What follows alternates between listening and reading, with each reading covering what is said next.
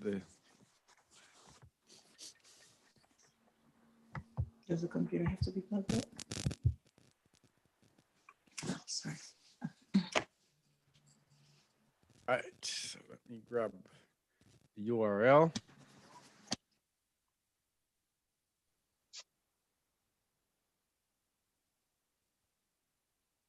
And published on the website.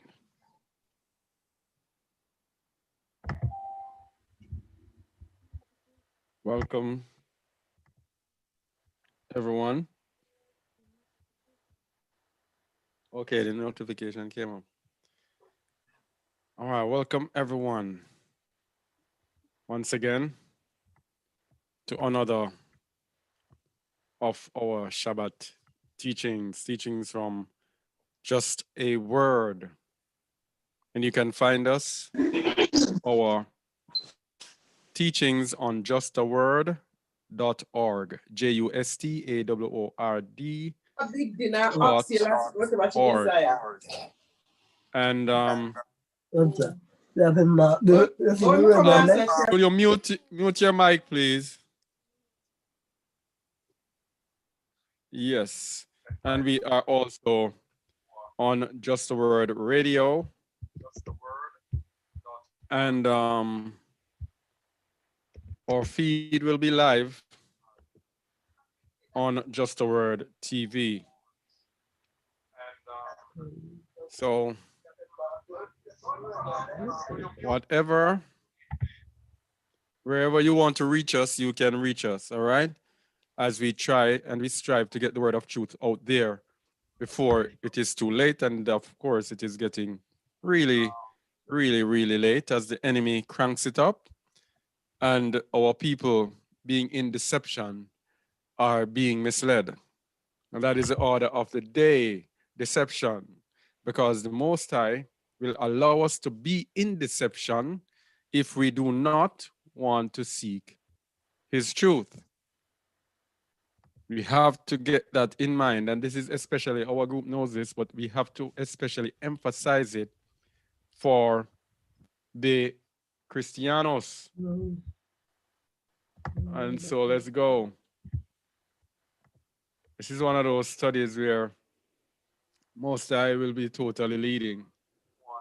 Sometimes I'm not going to know where I am actually going. All right, let us reduce this thing here.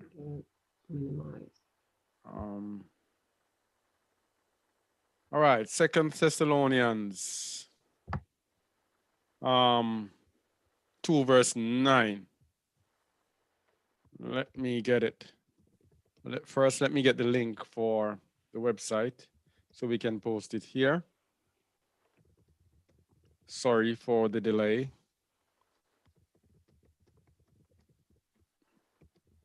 All right. So here's a link for this morning's teaching, which is entitled The Mark of the Beast, the Book of Life, and the Days of Noah. All right. Mark of the Beast, the Book of Life, and the Days of Noah. We're going to tie in several things.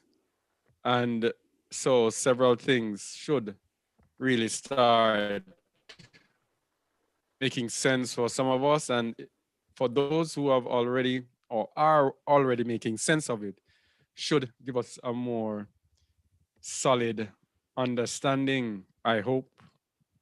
All right.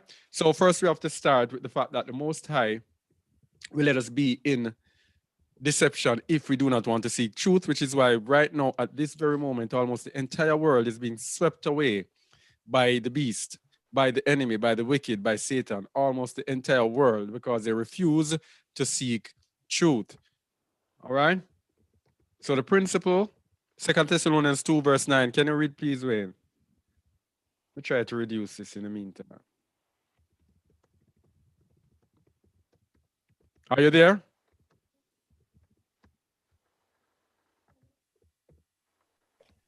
Can you hear me? Yeah, I can hear you now. Hello? Yeah, let me try to reduce this font. Okay.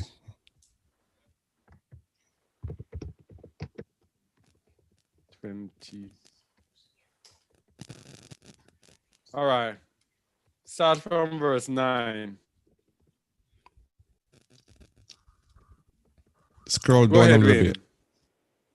Okay, scroll down. Verse 9. Even him whose coming is after the working of Satan with all power and signs and lying wonders, and with all deceivableness of unrighteousness in them that perish, because they receive not the love of the truth, that they might be saved. And for All right, so this is what we want to establish. This is what you want to establish. And pause after each verse, please. And if you don't hear me say anything, you can continue. But please just give a pause. This is what I want to enforce. Verse 10, with all deceivableness of unrighteousness in them that perish, because they receive not the love of the truth, that they might be saved.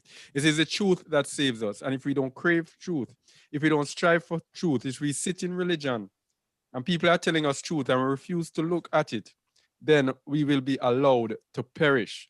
And this is what is happening to the world. The world does not want to hear the truth. The world is satisfied in religion. The world just wants to be left alone to pursue what they want to pursue. They do not have the love of the truth that they might be saved. And because of that, verse 11. And for this cause, Allah shall send them strong delusion that they should believe a lie. All right. So who shall That send they them a might- strong delusion, Wayne?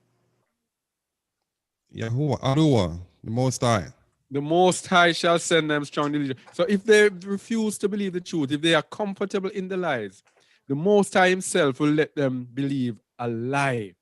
This is what is happening in the world today. And I see it plainly before my eyes. The Most High has blinded the eyes of the people because they do not have the desire for the truth, so they are being damned before our very eyes.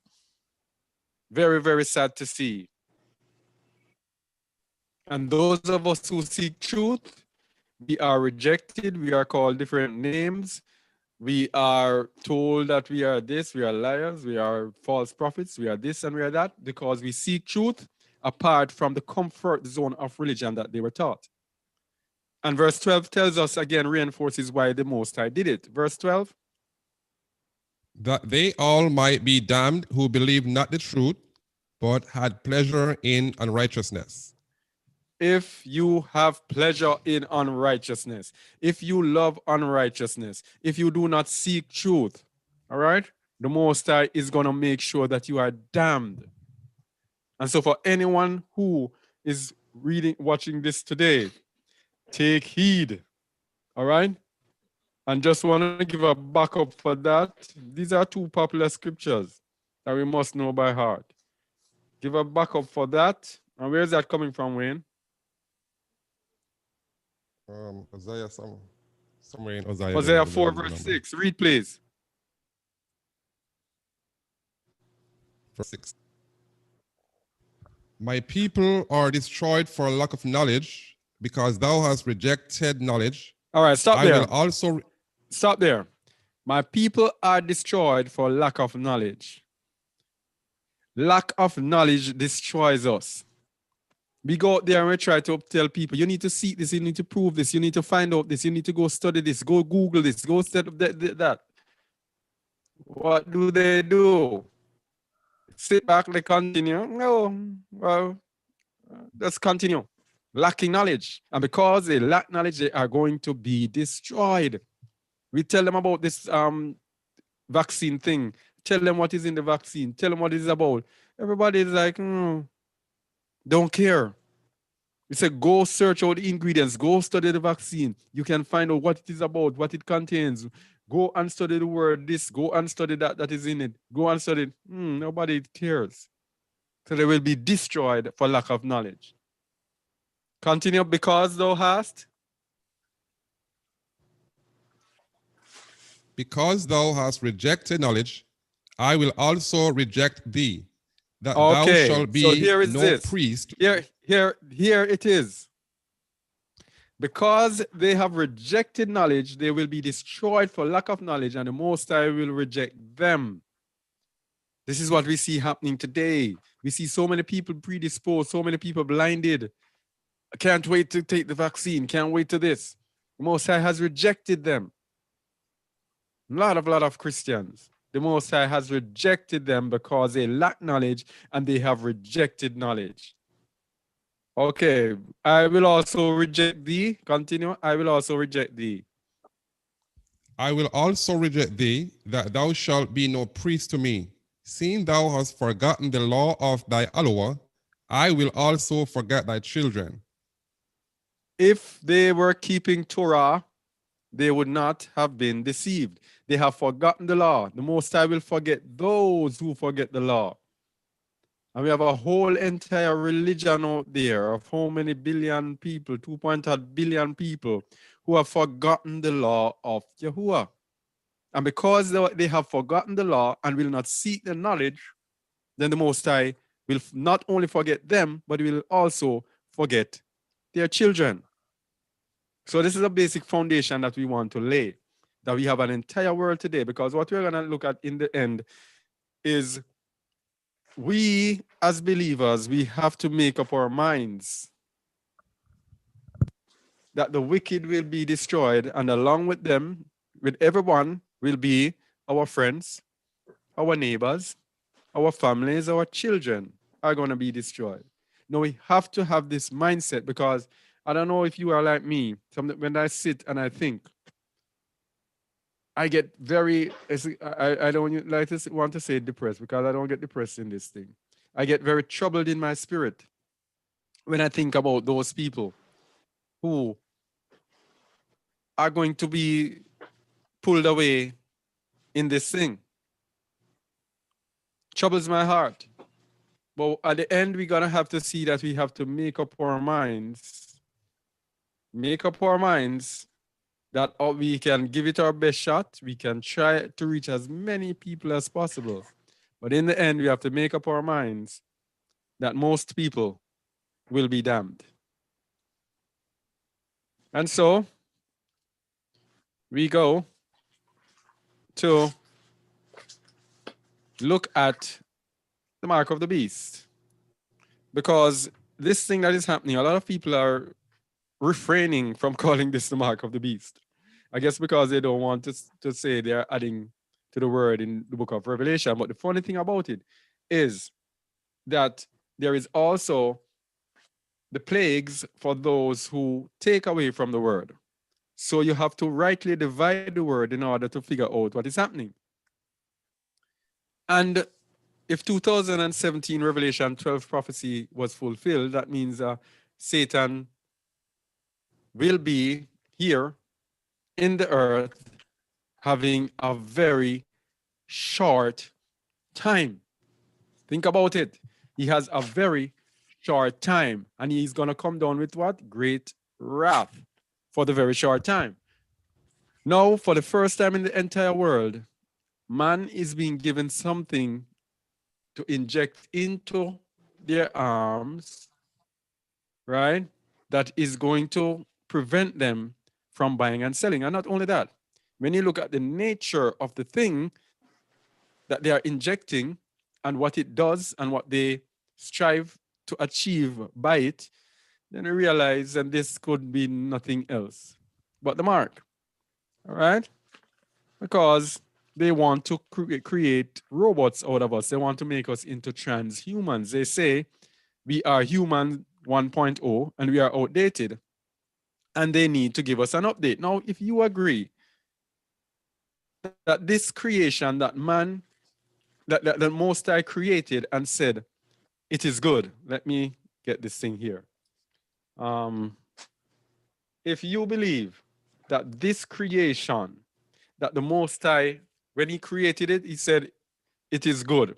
If you believe that it needs an update, and if you consent to these people and take their thing that will update you according to them, then you have treaded on the word of the Most High. All right? When you get this thing that they are bringing, don't want to bring up the word too much because their algorithms will go through and want to stop the take down the video, etc. When you take this thing, it is going to alter your DNA. It's recombinant, right? Recombined DNA.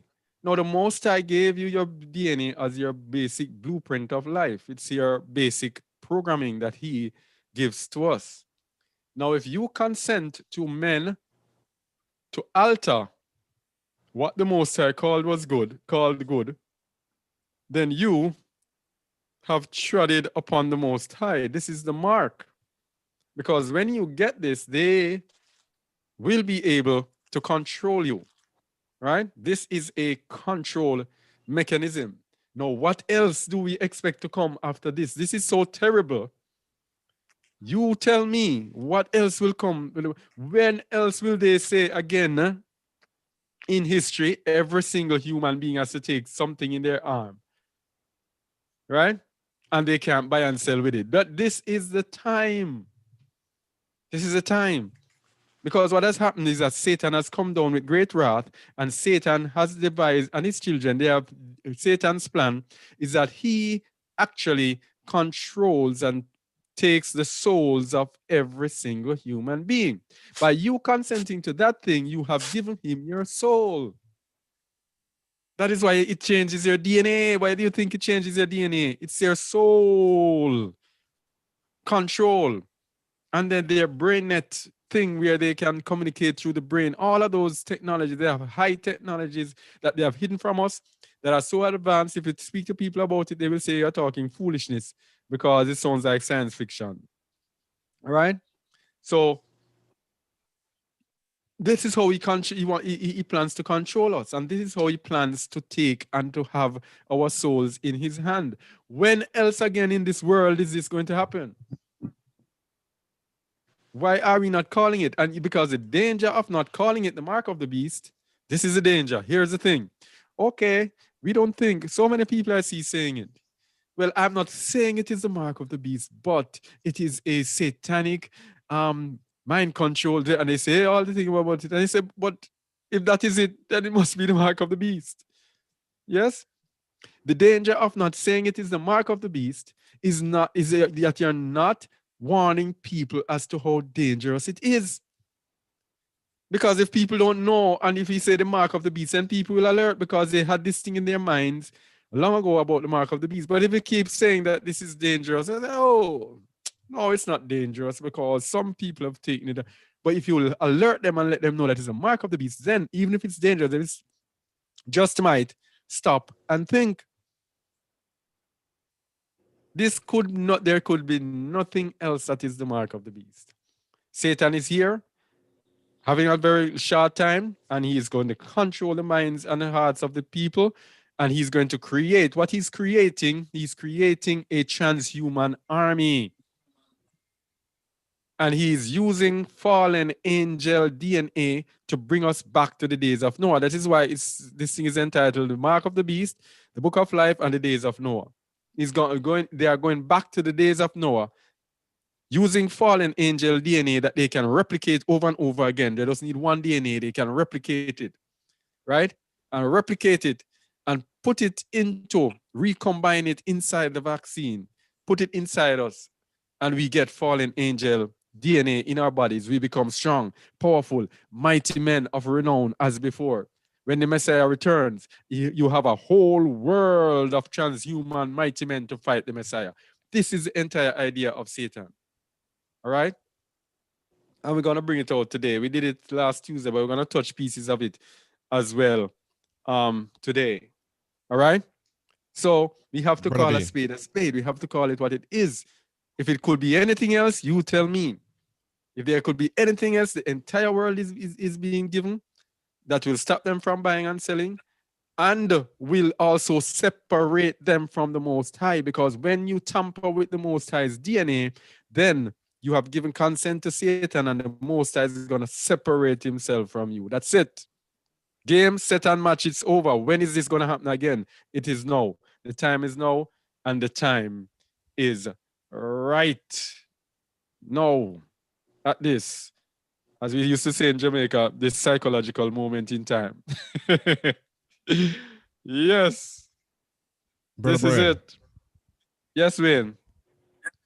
Okay, what just came to me about the mark of the beast and why so many people are still not believing is that they are looking and listening to hear that this mark of the beast, but they don't realize the mark of the beast is not called the mark of the beast. It is a mark that is the mark of the beast. And that is what so many people are believing, are looking to hear, not until they are told, hey, this is the mark of the beast. Otherwise, they would not believe. Yeah, you're so right. You're so right. Yep. So, and the people, and we have to understand too, the people don't want this to be the mark of the beast. This is another danger. They don't want it to be the mark. Everybody wants to go back to life as it was. They are sinners. So they want to go back to their life of sin. They want to go back to pursuing their carnal desires. All right? So if you don't tell them and alert them, scare them as it were, then they will not jerk and wake up. Yes? They just want to hear that, okay, I'm not saying it is the mark of the beast. Oh, well, it's not the mark of the beast, so I can take it. No, let them know what it is. And so you may save some lives. Yeah. All right. So let us get going. Matityahu 10:16-42. Matityahu 10:16-42. Where was I now? No, should I be here? No. All right, no. I need to do the book of life first. Because here's a problem now. And this is another thing that we as believers, we have to take into consideration. Because I'm telling you that this thing is bearing heavily on me because time is drawing nigh and we see so many people lost and so many people still under the spell of the enemy. But we have to understand that almost the entire world is going to be deceived and almost the entire world is going to take it because the Bible tells you that it is only those whose names are written in the book of life who will escape. Now, how can your name be in the book of life and it is D-Day, crunch time, and you don't have any regard for the Most High? Yeah? No regard whatsoever for the Most High. So those people we're speaking to and they don't even care and they still are predisposed to do it. We to take it. We have to just accept and understand that only a few people will be saved out of the masses. Yeah? All right. So Revelation 20, verse 15. Book of life. If your name is not in the book of life, you're going to take this thingy. So, when it's talking about the judgment, it tells you at the judgment, verse 15. Read it, please, Wayne. Verse 15. And whosoever was not found written in the book of life was cast into the lake of fire. Into the lake of fire. Whosoever was not written in the book of life. So, what about those in the time of the mark of the beast? What about those? Revelation 17:8.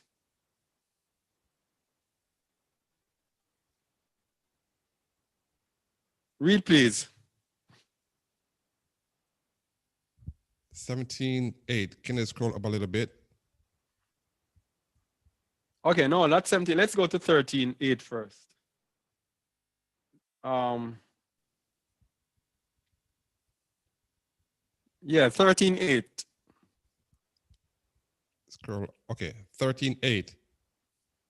And all that dwell upon the earth shall worship him, whose names are not written in the book of life of the Lamb slain from the foundation of the world. All right, you see that? Everyone whose name is not in the book of life are going to worship the beast. And if you worship the beast, then your goose is cooked. You're also going to take the mark of the beast. And it says, all that dwell upon the earth. And why does he say all that dwell upon the earth shall worship him? Does he mean everyone? When? No, Hello? all the ones whose name. Can you hear me? Hello? Yes. Can you hear me? Yes. Yeah, not in all cases. Yes, I can hear you. Yeah, not in all cases all mean all. So it will not be every All single right. one. All right. It will be those whose names are not written in the book of life. So everyone else in the world. This is what it's saying. The rest of the world. All right. And Revelation 17 now, verse 8. Read, please. 17 verse 8.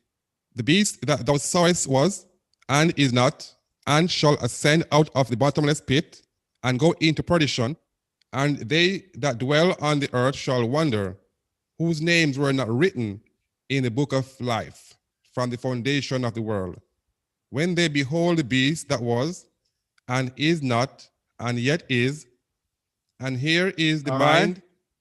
No, wait, that's verse 8. Okay. Yeah. So they are going to wander after the beast, those whose names are not written in the book. And I'm trying to tell you is that we have to now condition our minds to see many people perish. Right? So whose names are written in the book of life, though? Philippians 4, verse 3.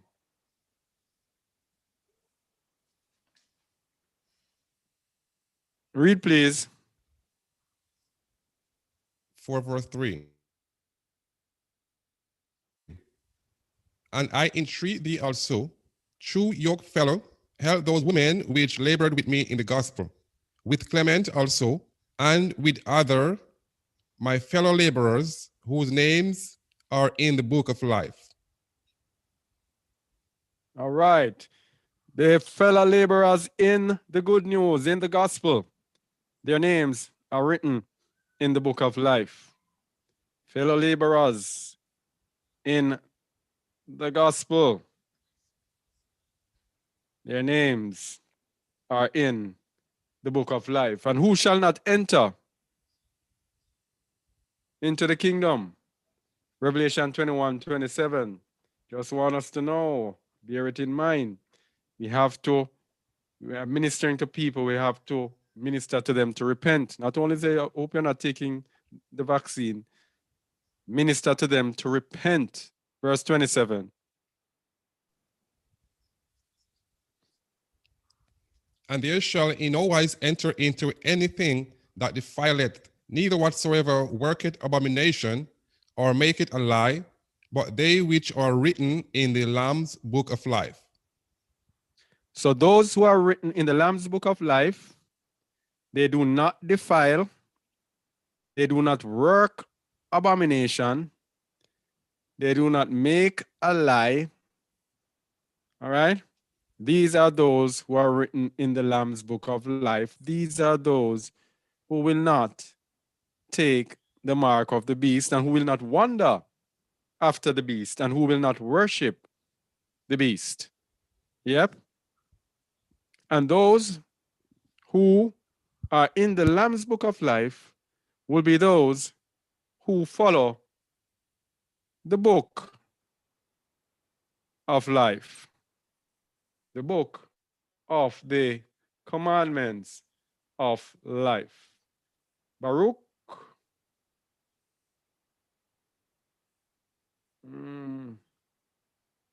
Baruch 4, verse 1. Read, please. 4, verse 1. This is the book of the commandments of Allah, and the law that endureth forever. All they that keep it shall come to life, but such as leave it shall die. Okay, this is the book of the commandments and the law, the Torah that endureth for ever. All they that keep it shall come to life. All they that keep it shall be in the book of life. But such as leave it shall die. Such as leave it are not written in the Lamb's book of life. It's very simple. Without Torah, you don't have life. Without keeping these commandments, you have no life. All you have is religion. And all you have is your Jesus. You don't have life in the true Messiah, Yahusha. All right? Because he is a lawful Messiah, one who walked in obedience to his Father's commandments, and one whose followers follow him in walking in obedience to his Father's commandments. So what should we do with the law? Jacob, O ye children of Israel, verse 2. Verse 2. Verse 2. Turn thee, O Jacob, and take hold of it. Walk in the presence of the light thereof, that thou mayest be illuminated. All right. Walk in the presence of Torah, in the light of Torah, that thou mayest be illuminated. And Wayne, what are you doing? Turning off your mic? Yes, sometimes if I'm not talking, I turn it off. No, you're using the microphone. Yeah. You don't need to turn it off. It is a remember I say it's a dynamic mic, so it cuts out the background noise. Okay. Oh yeah, okay. Right? Because the pause is too long. So just leave it on. All right. Verse 3 says, Verse 3. Give not thine honor to another, nor the things that are profitable unto thee to a strange nation. all right, don't let the Gentiles, don't let these people in this world, these leaders of the world, lead you astray. All right? Your honor is in your obedience to your Father. Do not let them and their religion and their dissimulation bring you astray from your Father. Verse 4. O Israel, happy are we, for things that are pleasing to Allah are made known unto us. All right, unto us he gave his statutes unto Jacob. He gave his judgments and his statutes unto Israel. He hath not dealt so with any other nation. So he had shown the things that are pleasing to him. And this is what is Torah. Torah, the law, shows us what is pleasing to the Most High. How can it be done away with if it shows the things that are pleasing to him? What is it? It is no longer pleasing to him. He has changed. When he said, I am Yahuwah, I changeth not. Come on. Verse 5. Be of good cheer, my people, the memorial of Israel. 6.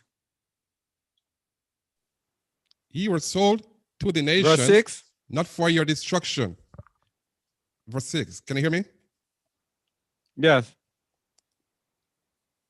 Ye were sold to the nations, not for your destruction, but because ye moved always to wrath, ye were delivered unto the enemies.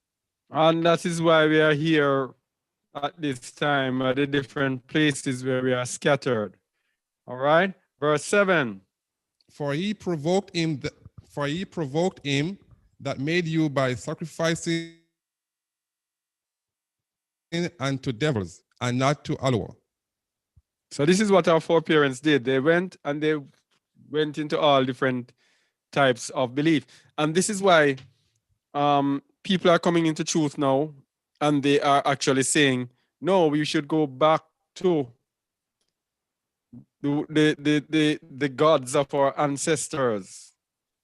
This was what the ancestors did. They sacrificed unto devils and they turned away from Yahuwah. And many of our people are going back to the traditions that our forefathers had when they turned from Yahuwah. The tradition is in Torah. All right? That's it. That's where it is. Okay? So this is a life. If they are not in the book of life, if they have no regard for the commandments, for the laws, the statutes, they are going to be in trouble. It's as plain as that. So I'm just getting us to condition our minds that many of our people are going to perish. Many of our relatives, our friends, are going to bow. Many of them will be allowed to destroy themselves because they have no regard for the Most High. Because when he called, they did not answer. When he spake, they did not hear. But they did whatever they wanted to do. Verse 16 of Matthew 10, looking at the days of Noah, which will take up the greater part of our presentation. Verse 16, read please. Behold, I sent you forth as sheep in the midst of wolves. Be ye therefore wise as serpents and harmless as doves. This is us. This regards to us in the end time. The same thing is going to happen again. Verse 17. But beware of men, for they will deliver you up to the council, and they will scourge you in their synagogues. The same people that we are regarding and caring for, these same people are going to turn and be our enemies. Verse 18. And ye shall be brought before governors and kings for my sake, for a testimony against them and the Gentiles. All right. So when we are persecuted, it will be for a testimony against them. It will be their judgment. Verse 19. But when they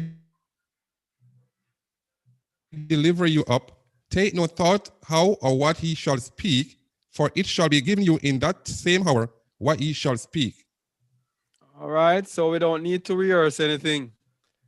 Holy Spirit will speak through us. Verse 20. For it is not ye that speak, but the Spirit of your Father which speaketh in you. All right. And verse 21 now is going to tell us what is going to happen. It's going to be families. Right now, we are so concerned about our families, but in the end, many of them are going to turn against us. Close families as well. Because this thing that they're going to give them is going to make them cold. It's going to make them heartless. And they're going to execute signals that are put out by the enemy. And they will be hunting all of those who are not of their kind. Verse 21. And the brother shall deliver up the brother to death, and the father the child, and the children shall rise up against their parents and cause them to be put to death. Yes. So this is it. This is what really going to happen. No matter how close relatives you are, man's heart is going to wax cold and people are going to turn against their families. Verse 22. 22. And ye shall be hated of all men for my name's sake, but he that endureth to the end shall be saved. Hated of all men. That means after all have been given this thing, they will hate the people of the Most High. Because the seed of the serpent is going to be in them. And they are going to be programmed to hate anything to do with the word. Because when you take this thing that they are going to give, the Most High Spirit is going to depart from that person. That is why at the time of the book of Noah, all the evil, all the thing, the thoughts in men's hearts were of evil continually. This is going to happen again. Most High takes away his spirit. His spirit is replaced by the spirit of the enemy. Man will now think of nothing but evil continually. Continue.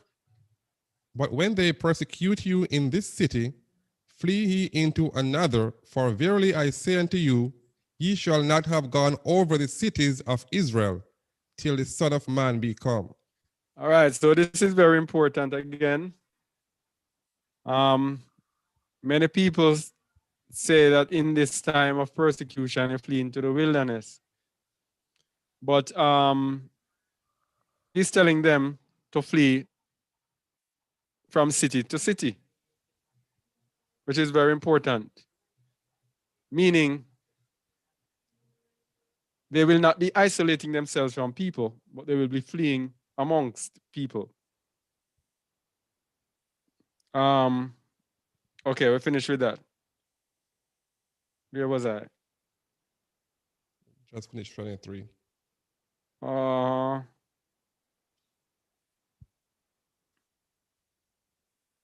Verse 20, let's go to verse 26. Verse 26. Fear them not, therefore, for there is nothing covered that shall not be revealed and hid. Okay, no. Okay, verse 25. 25.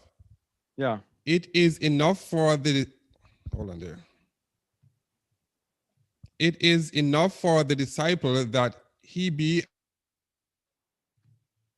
as his master and his servant as his master.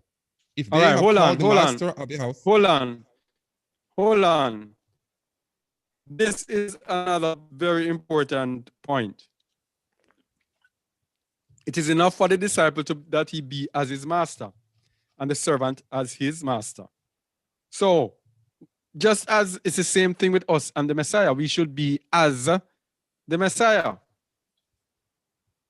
This is it. So, whatever the master does, whatever the Messiah does, we do it too. That's what we are trying to tell these people. The Messiah obeyed his father, we obey his father as well. Continue. If they have called the master of the house Beelzebub, how much more shall they call them of his household? All right, very important that we read this thing, because this is just pointing to our time today. If they say that the master is the Messiah was from the house of Satan, how much more shall they say to us? All right, they will call us all different types of names. So, I was speaking to a Nigerian friend of mine the other day, and he was telling me that he was speaking and a gay man came on and told him that he was something like he was preaching something, doctrine of the devil or something. And he told me that he felt very bad. He was on Facebook and I tell him, he said, do not feel bad about it because it means you have the testimony of Messiah because they said the same thing to the Messiah. I didn't say that in as many words, but that's the situation as it is. They are going to call us different names. Verse 26. 26. Fear them not, therefore, for there is nothing covered that shall not be revealed, and hid that shall not be known. So who is going to reveal it? It is we who are going to reveal it. We are the mouthpieces, because verse 27 says, what I tell you in darkness, that speak ye in light, and what ye hear in the ear, that preach ye upon the housetops.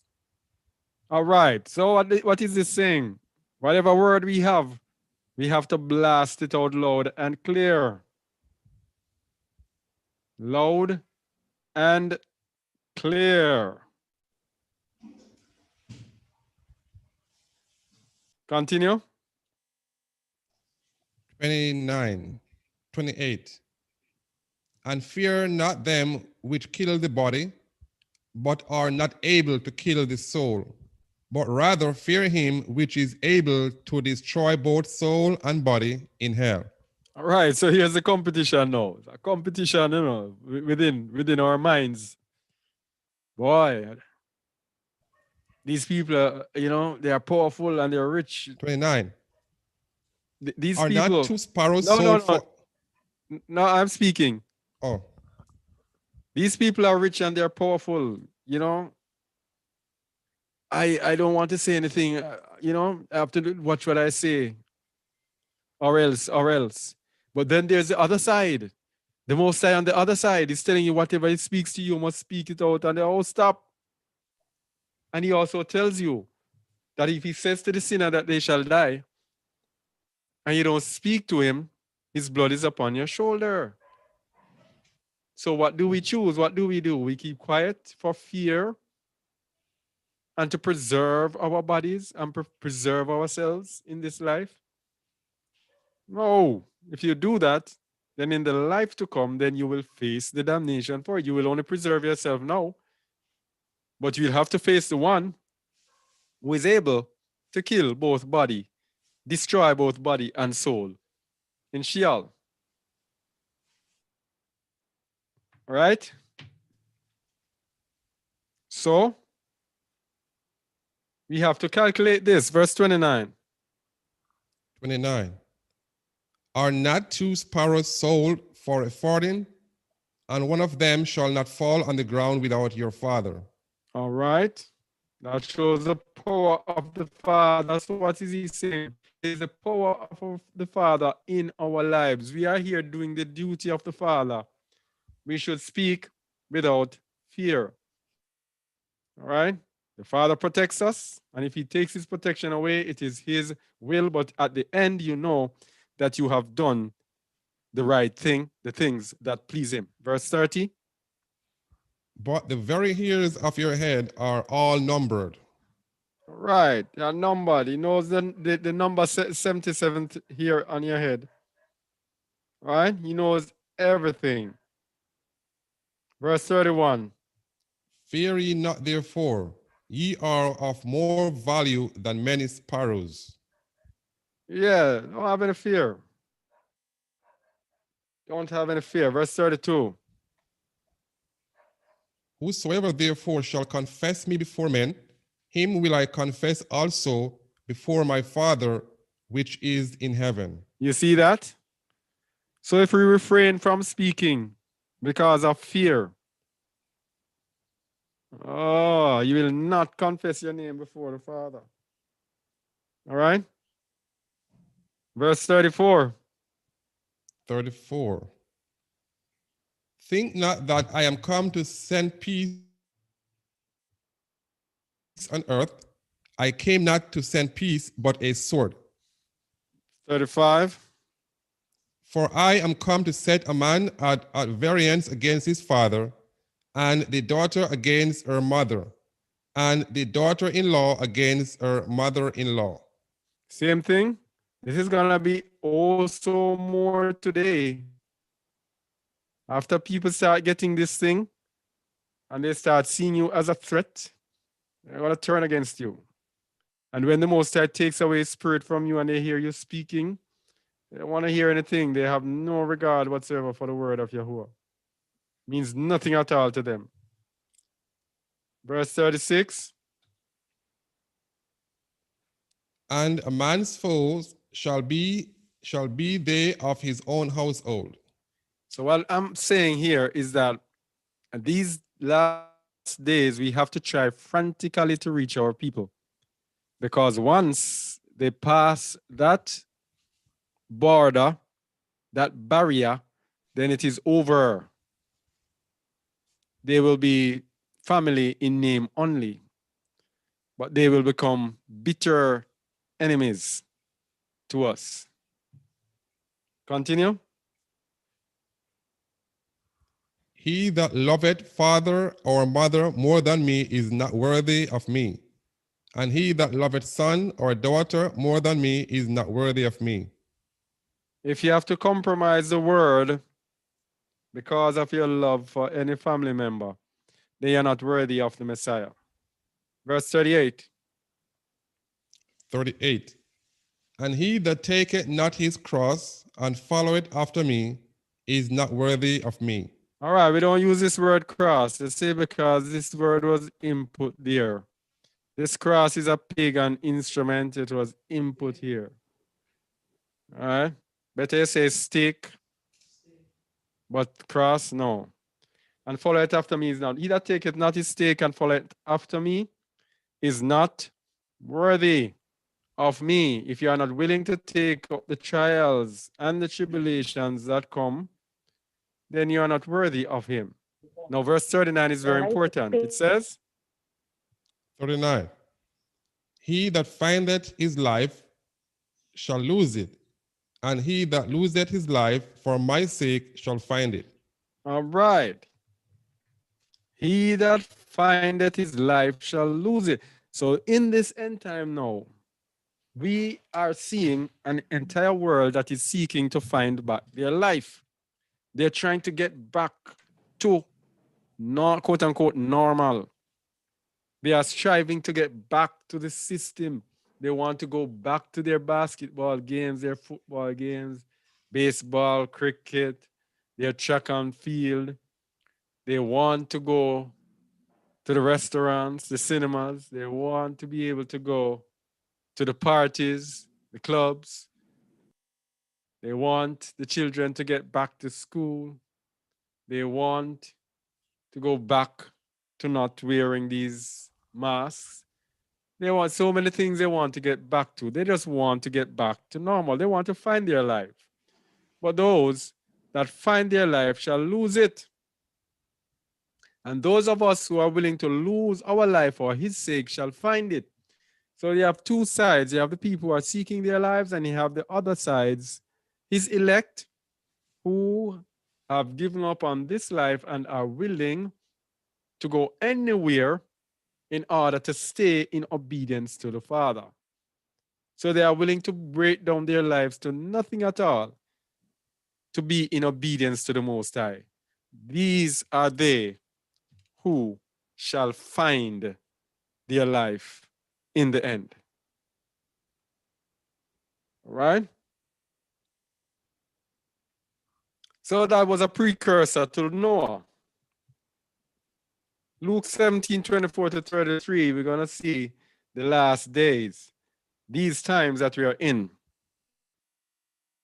The prophecy for these times, 24-33.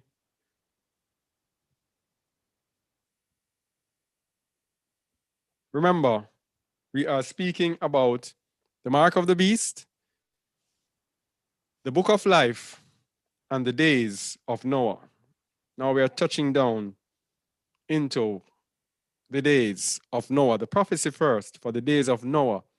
Then we are going to look into what happened in the days of Noah, in the book of Genesis, and also the more details that we get from the book of Joshua.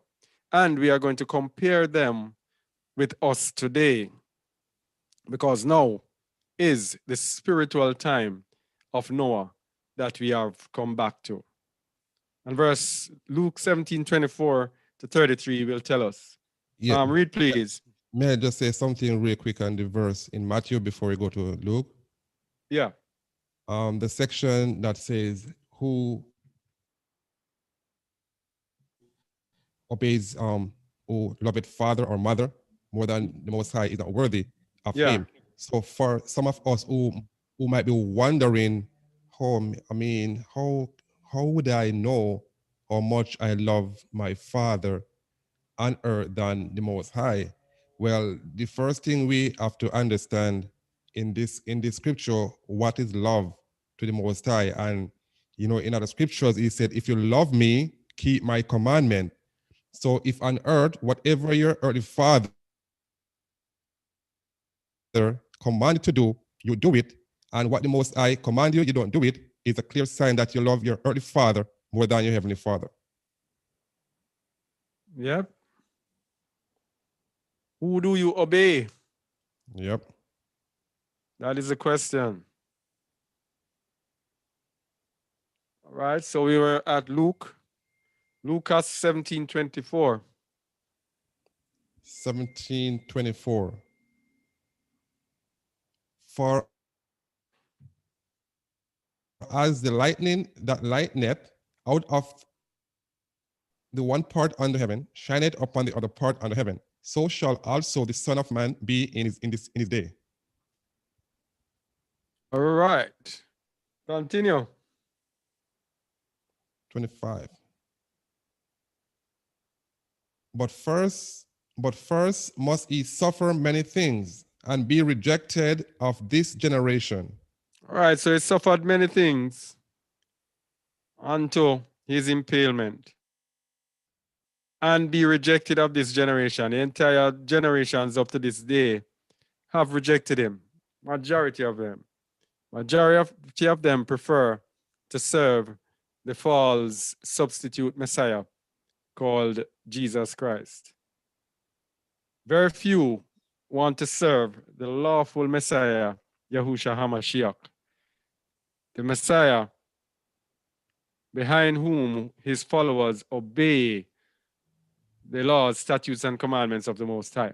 And they prefer to follow the substitute false Messiah behind whom his followers disobey the laws, statutes, and commandments of the Most High.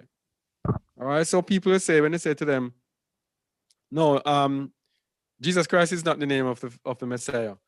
I say, no, what's in the name? It's the same thing. Jesus Christ, Yeshua, whatever you want to call him. That's not it. Each name carries with it a personality. And the personality behind Yahushua HaMashiach is a lawful personality. The personality behind Jesus Christ is a lawless personality. Very important. So, true Messiah was rejected of his generation and all the generations up to this day. Verse 26. 26. And as it was, hold on there, I think you go up too much. Can I scroll down a little bit? Yeah. Okay, 26. Yeah. And as it was in the days of Noah, so shall it be also in the days of the Son of Man. Hello? Can you hear me? Yes, I just hearing you now. Okay, again. And as it was in the days of Noah, so shall it be also in the days of the Son of Man. In the days of the Son of Man is the day in the days of his return. As it was in the days of Noah. So this is why we have to look at the days of Noah. Today we have to look at Noah to get a more understanding of what is happening and what is coming for us. All right? And here's the Messiah telling us what happened. Verse 27. They did eat, they drank, they married wives, they were given in marriage until the day that Noah entered into the ark. And the flood came and destroyed them all. All right, so this is it. Business as usual. This is what we see happening in the world today. The world has changed. We have seen the world like never before. And it is obvious that something is different. Most people do not even stop to think and say, no, something is not right. Something is different. People just strive to continue eating, drinking, marrying. Yes? Until the day that Noah entered into the ark. So until the time of destruction, they will continue not wanting to hear anything from us. Because Noah spoke for 120 years, I think it was. And they never listened to him. Verse 28. 28. Likewise also as it was in the days of Lot, they did eat, they drank, they bought, they sold, they planted, they builded. All right. Same thing. So we see in the last days the same thing. They did it, they drank, they bought, they sold, they planted, they built. I was saying the other day that one thing that this COVID-19 thing doesn't seem to bother in Jamaica is construction. We see so many people during the time as people constructing houses and people adding on, and I was like, what is happening? Same thing here. People just continuing their lives as if nothing happened. No one paid attention to the dangers. But verse 29. 29. But the same day that Lot went out of Sodom, it rained fire and brimstone from heaven and destroyed them all. The same day, the sudden destruction he's talking about. When they think it's peace and safety, then sudden destruction cometh upon them like travail upon a woman with child. Verse 30. 30. Even thus shall it be in the day when the Son of Man is revealed. All right. Let me see where I am. Continue. Scroll up. Hold on. I Yeah. just did 30. 31.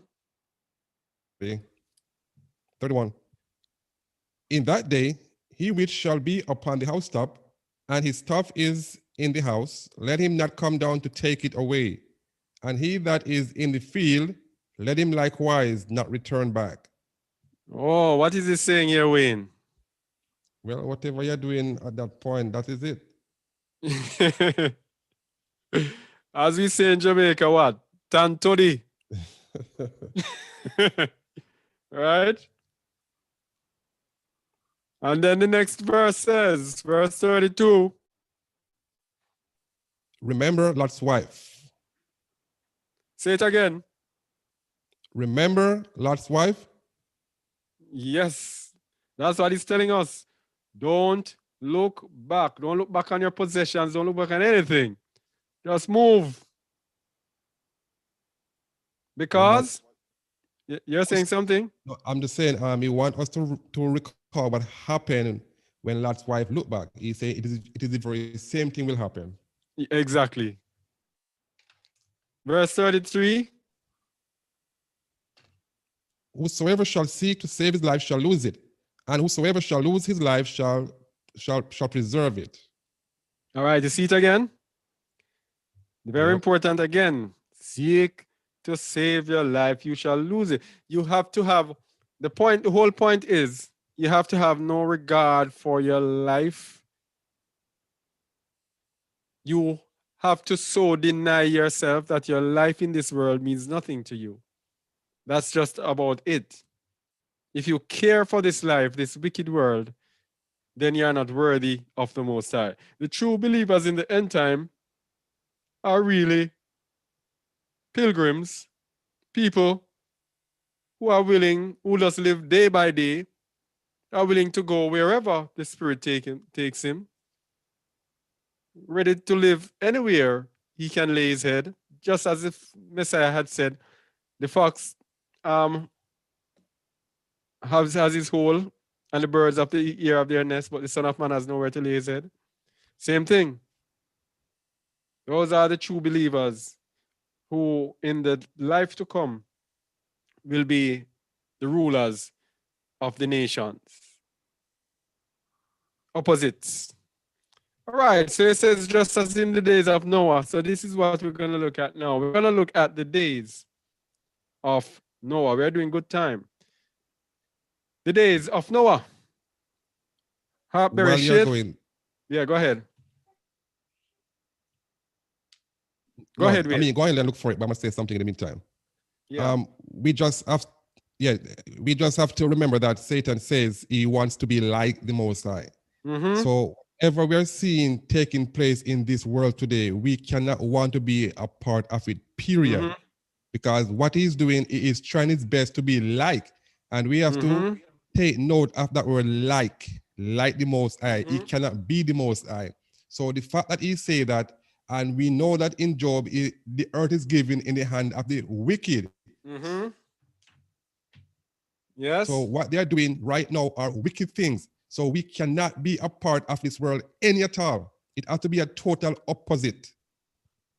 I hold my peace. Yes. Wayne, is it possible for you to show your video? Hold on there. Because we are on video and we are seeing a black screen when you speak. All right. So in the meantime, let me continue. Yes.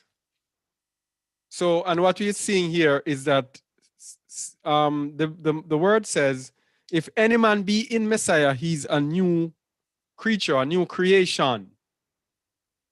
All right. Old things have passed away and all things have become new. Satan wants to be a creator. Through this thing that they are giving people to input, they are planning a new creation in a human being. Human being 2.0, they call it. All right. They have different names for them. I don't remember some of the names. But they say that man has to merge with machine. It is, I watch videos with these people straight-faced telling us that it is impossible for man not to interface with machines because machines are going too far ahead of man. And the time has come when man must merge with machine and possibly one day become one with the machine. All right? This is the new creation that Satan is planning, and he's gone back to the days of Noah because these people have never, ever forgotten the days of Noah. They have always wanted to go back there, which is why you hear them say, as above, so below. They always want to go back to the time when the fallen angels ruled this earth. So let's go to Habereshith, Genesis 6, verse 1. Read, please. And it came to pass, when men began to multiply on the face of the earth, and daughters were on them, Continue. that the sons of Alua saw the daughters of men, that they were fair, and they took them wives of all which they chose. All right. So what we're gonna have again in this time, we're gonna have the bonding, telling this mRNA recombinant vaccines, fallen angel DNA. That's going in there. All right. Continue. Verse 3. They took them wives, all which they chose. That means they mated with them. All right. So that mating with us is this marrying and merging of our DNA. That's it. Continue. And Yahweh said, my spirit shall not always strive with man, for that he also is flesh, yet his days shall be 120 years. All right. So that time, the Most High shortened the lifespan of man. Verse 4. 4. There were giants in the earth in those days, and also after that, when the sons of Alua came in unto the daughters of men, and they bare children to them. The same became mighty men which were of old, men of renown. This is what they are striving to get back to. When they merge, the sons of Alua, the fallen angels, with the daughters of men, they produced giants, mighty men, men of renown, great mighty warriors. So if they get an army of these mighty warriors worldwide, when the Messiah comes, according to them, they would think that the Messiah has no chance against them. It's a one world army, men of renown, which is why they are going to mix the fallen angel DNA. There's no way they can get man to this position of being mighty men as back in the days unless they mix it with the seed of the fallen angels. All right? This is what they are doing. And I'm sorry I didn't get the website for this. What's the name? I didn't get the website for this. But this was written by a man called, what's his name? Um, I wanted to show the, I wanted people to look at this while I was speaking, but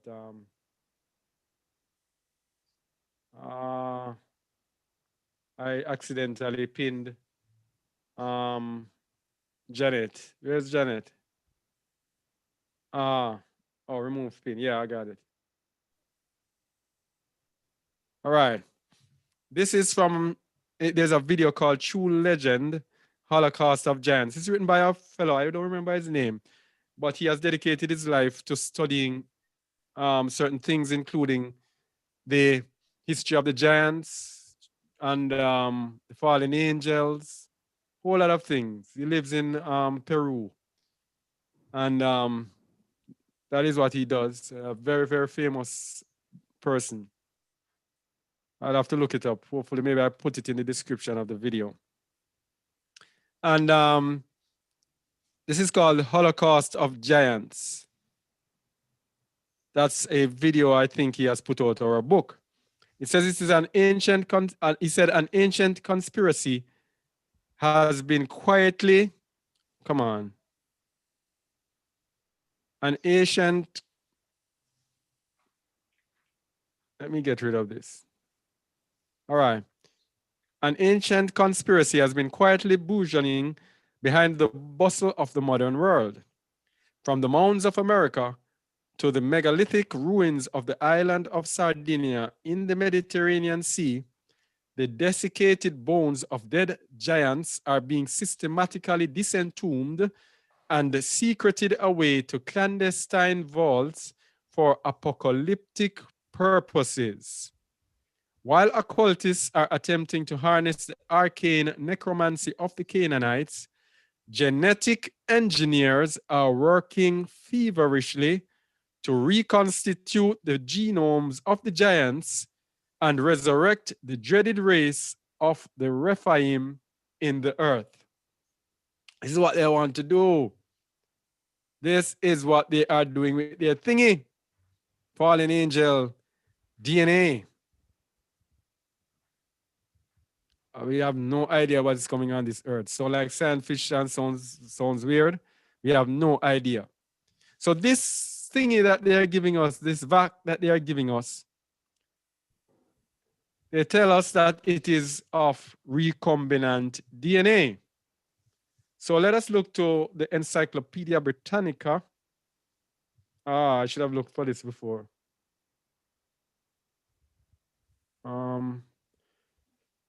Encyclopedia Britannica. Recombinant. Want to understand what recombinant DNA is and how it affects what we are speaking about. See, we have to understand we cannot be like the people in this world. Most people in this world, they are just going after their desires. They just continue doing what they're doing. Nobody seems interested in figuring out exactly what is going on. All right, recombinant DNA. You're seeing it on your screens? Yeah. You're seeing it on your screens? All right. Yes. Recombinant DNA, genetic engineering, written by a professor called Anthony F. Griffiths. And he says, recombinant DNA, molecules of DNA from two different species that are inserted into a host organism to produce new genetic combinations that are of value to science, medicine, agriculture, and industry. This is what they are doing. Bringing in molecules of DNA from two different species. Fallen angel DNA being brought into our DNA. This is why Mr. B. Gates told us that they have a technology that he's excited in, that they're going to take out the mRNA strands from our DNA and put in artificial codes. And we know those artificial codes. Just a word to let us know that I don't want to let you know which codes that we are putting in. So we tell you that it is artificial codes.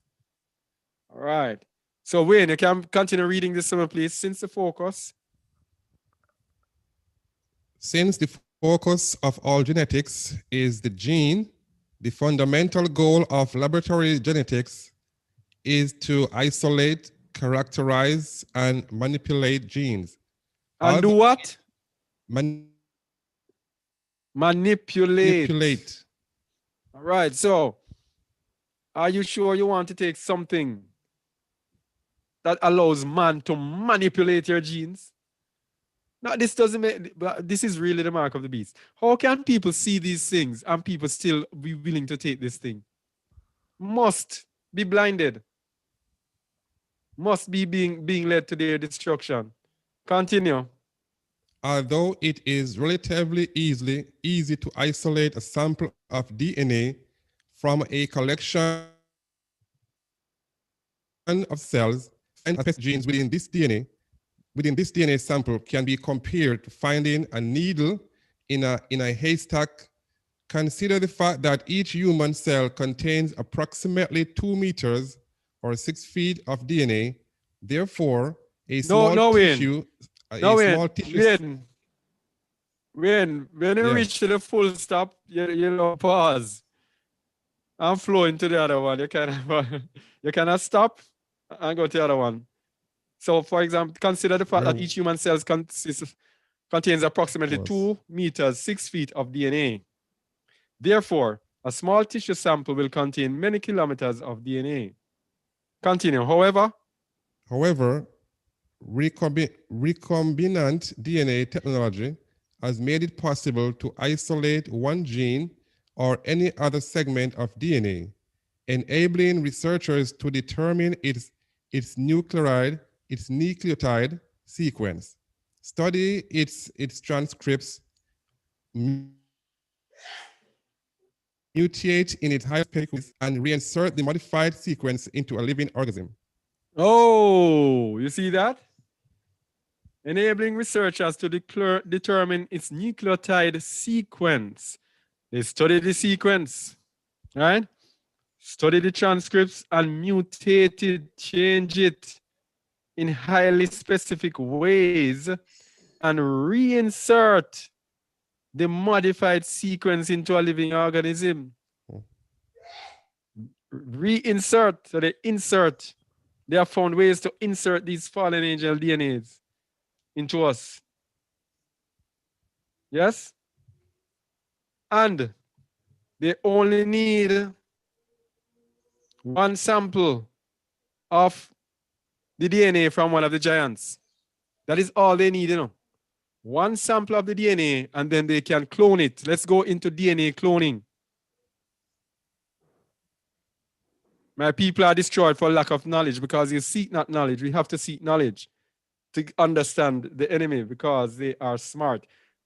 DNA cloning. In biology, continue.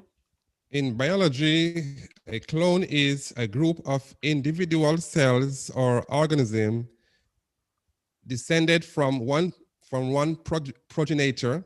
This means that the member of a clone... No, descended from one progenitor. Yes.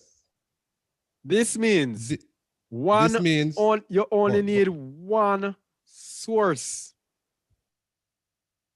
One source. That's it. And you can do it for the entire world. Wow. One source, just one giant you need from back in those days, and extract the DNA from it. This means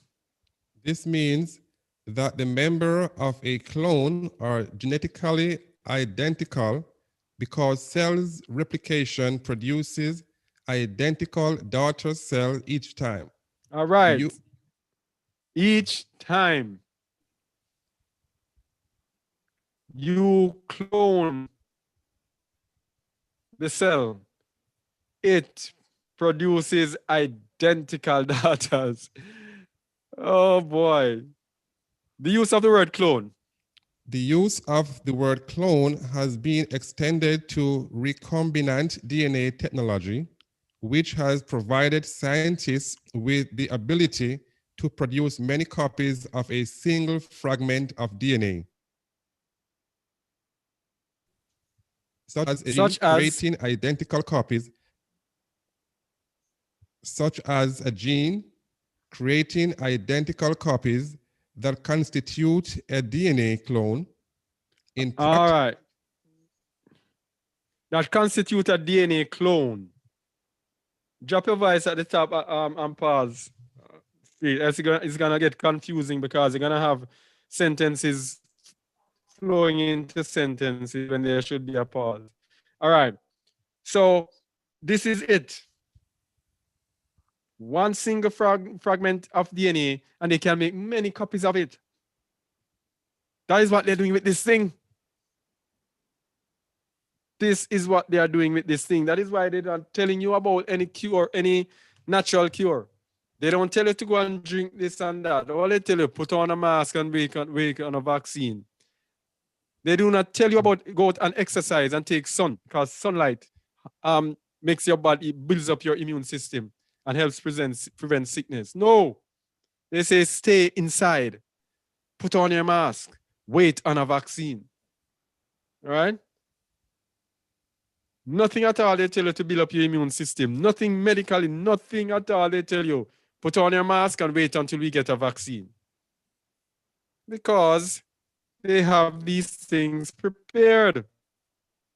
Fallen angel DNA, transhumanism. All right, continue. In practice,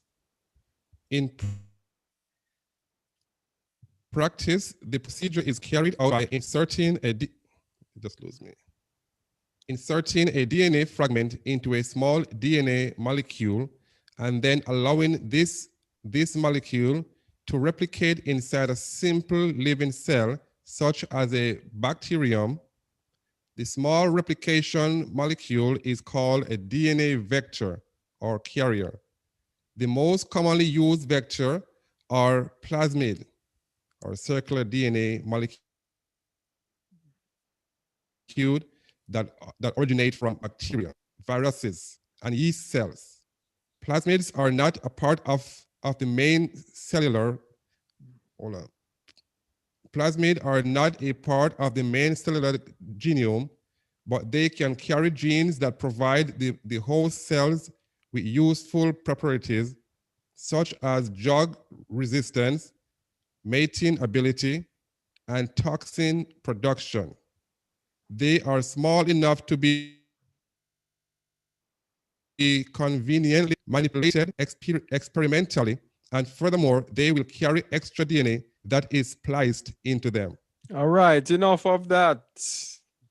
Just want us to get an idea of how these people can manipulate, how they can clone DNA, and how they can insert DNA from external sources into our DNA, and that they are harvesting the DNA of the giants of old, who are the children of the fallen angels that mated with the daughters of men.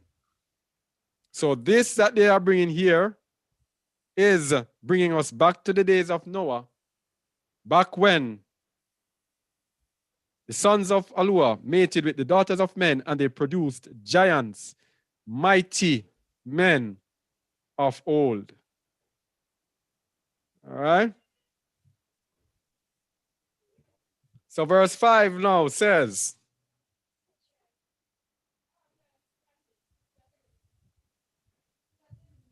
hello? They're not sharing. You're still on that screen. Oh, okay, sorry.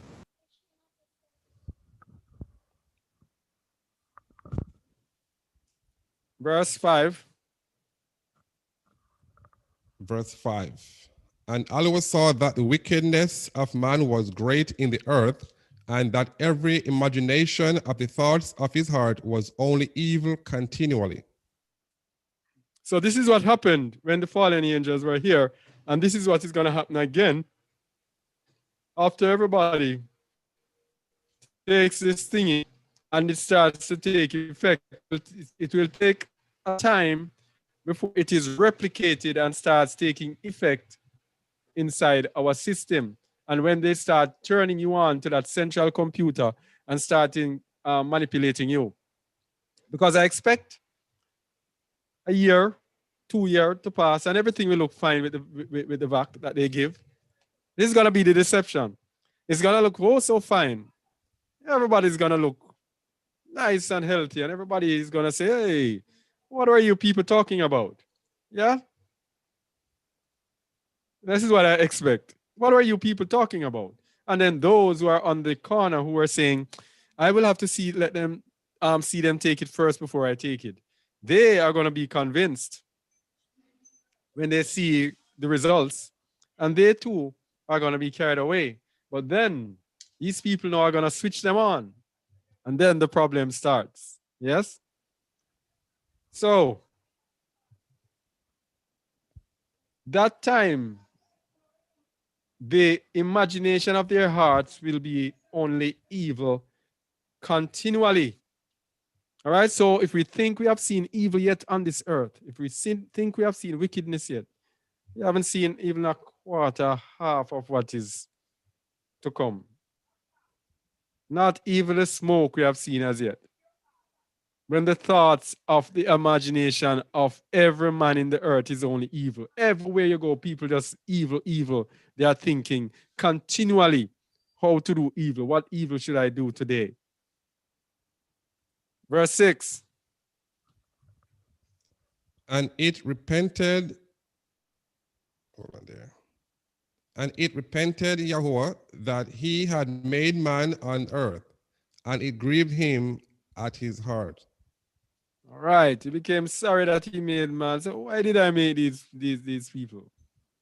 Verse 7.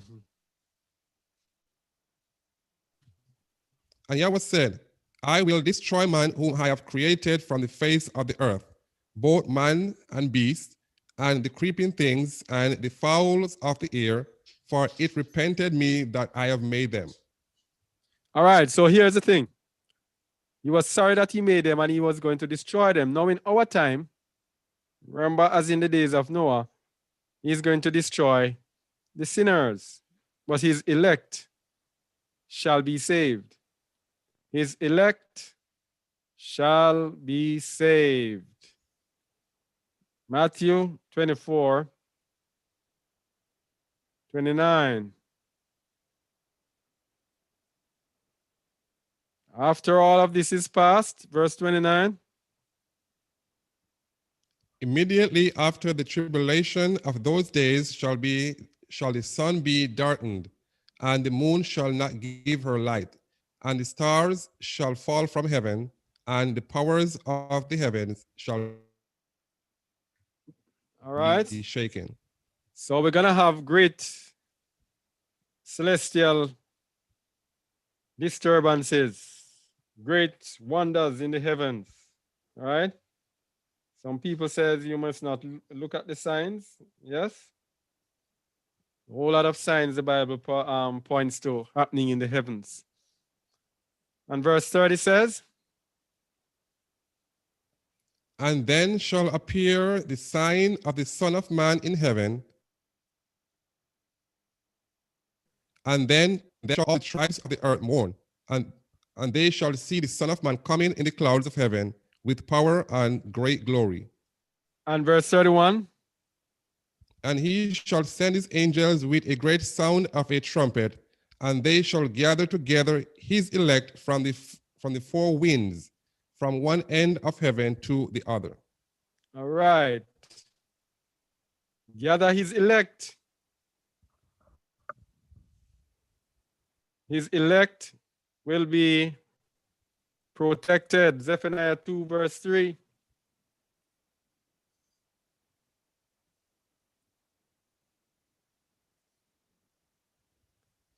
All right. If you are in right standing with the Most High, we know that we are under his protection. Verse 3. Seek ye Yahweh, all ye meek of the earth, which have wrought his judgment, seek righteousness, seek meekness. It may be ye shall hid in the day of Yahweh's anger. It may be, all right? If we seek Yahuwah, those who it is addressed to is the meek. It's not speaking about the proud. He's speaking to the meek, humble, the people who are willing to be nothing, the people who are willing to have nothing, the people who are willing to be embarrassed, the people who are willing to be corrected, the people whose heart is full of love. And his people who have repented, walking in his judgment, seeking his righteousness, seeking humility, meekness, right? Those are the people who shall be protected as Noah was protected. Genesis 6, verse 8, getting back there.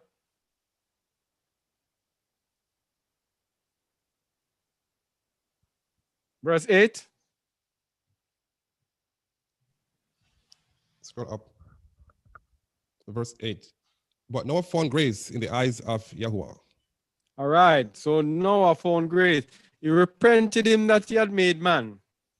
But Noah found favor in the eyes of Yahuwah. And so it is today. His elect have found favor in his eyes in these last days. All right? He's going to be angry with the rest, but his elect have found favor.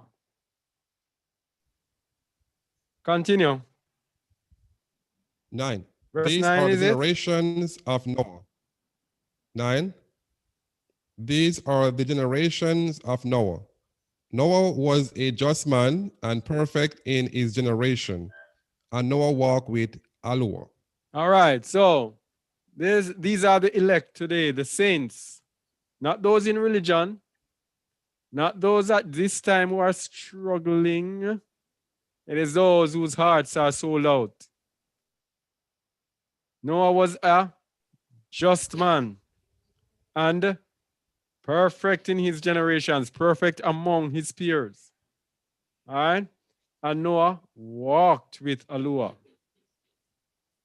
This is how the true saints are in these times. They are not those. Let me tell you something. You have people still telling, I'm not there yet. I'm getting there. I will get there. That's religion. If you have not summarily decided to deny self, point blank, flat off, then you are not walking with the Most High. You are struggling. We have to deny self. So right away with everything, we are willing to give up everything and push everything aside that would stand in the way of Alua. Verse 10.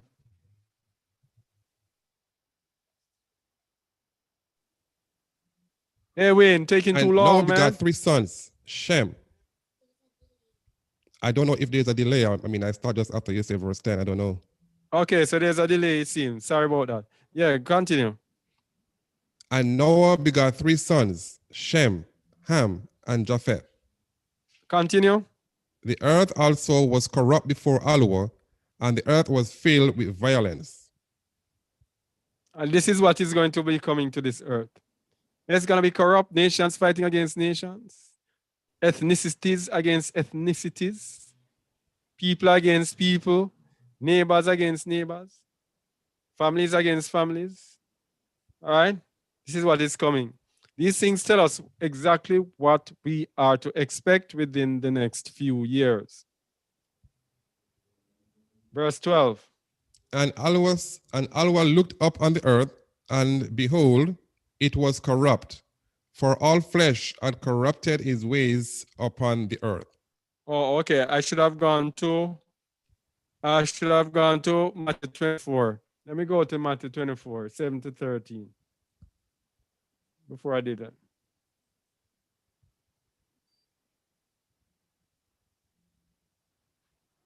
All right, so we're seeing when he says violence was upon the earth, this is what the Messiah prophesied. Verse 7, read please. For nation shall rise against nation, and kingdom against kingdom, and there shall be famines and pestilence and earthquake in diverse places. Continue. All these are the beginning of sorrows. Then shall they deliver you up to be afflicted, and shall kill you, and ye shall be hated of all nations for my name's sake. And then shall many be offended, and shall betray you, and shall betray one another, and shall hate one another. All right. So we see it's not a pleasant thing and not a pleasant time this earth coming up. All right. So they have every year, you have people, Happy New Year. I want to hear if they're going to say Happy New Year this year. Go ahead. And then shall many be offended and shall betray one another and shall hate one another. Verse 11. 11. And many false prophets shall rise and shall deceive many. Uh-huh. Continue. And because iniquity shall abound, the love of many shall wax cold. But he that shall endure unto the end, the same shall be saved. I want us to understand that we have to change our mindset. Take our mindset away from that which was there before.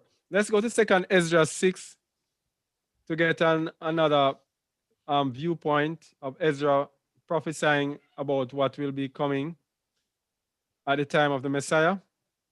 He gives a different angle to it. 2 Ezra 6, verse 12.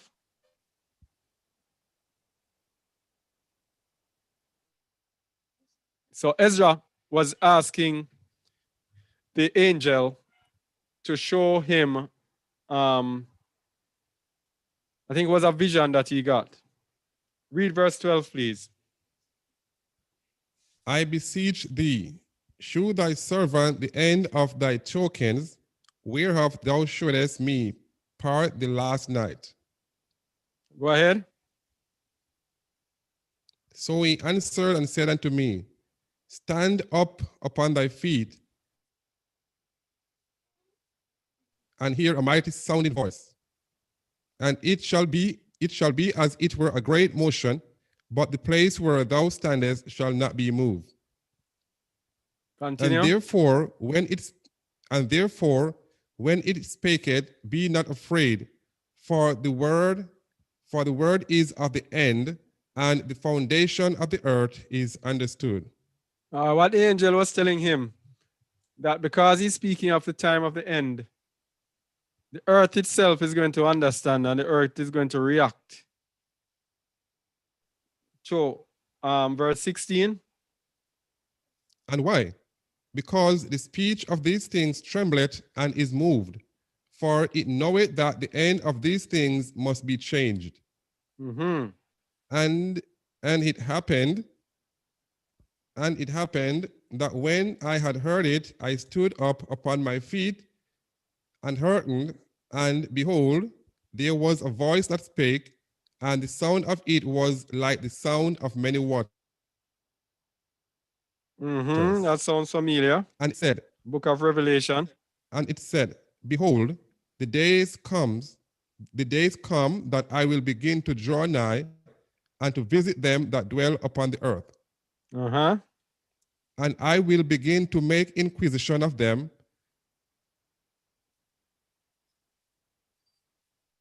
Let me repeat. And I will begin to make inquisition of them, what they be that have hearse unjustly with their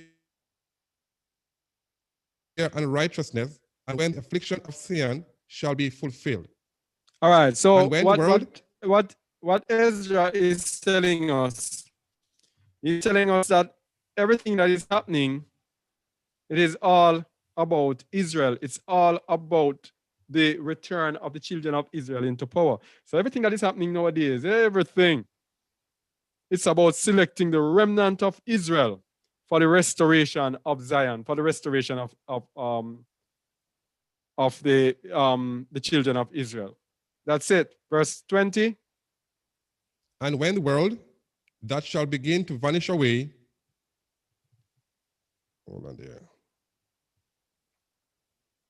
And when the Shall be world, finished. I'm just going to repeat because this thing was in the way. And when the world that shall begin to vanish away shall be finished, then will I shew these tokens. The books shall be opened before the firmament, and they shall see all together. Continue. And the children of a year old shall speak with their voices. The women with child shall bring forth untimely children of 3 or 4 months old, and they shall live and be raised up. He's speaking And about some supernatural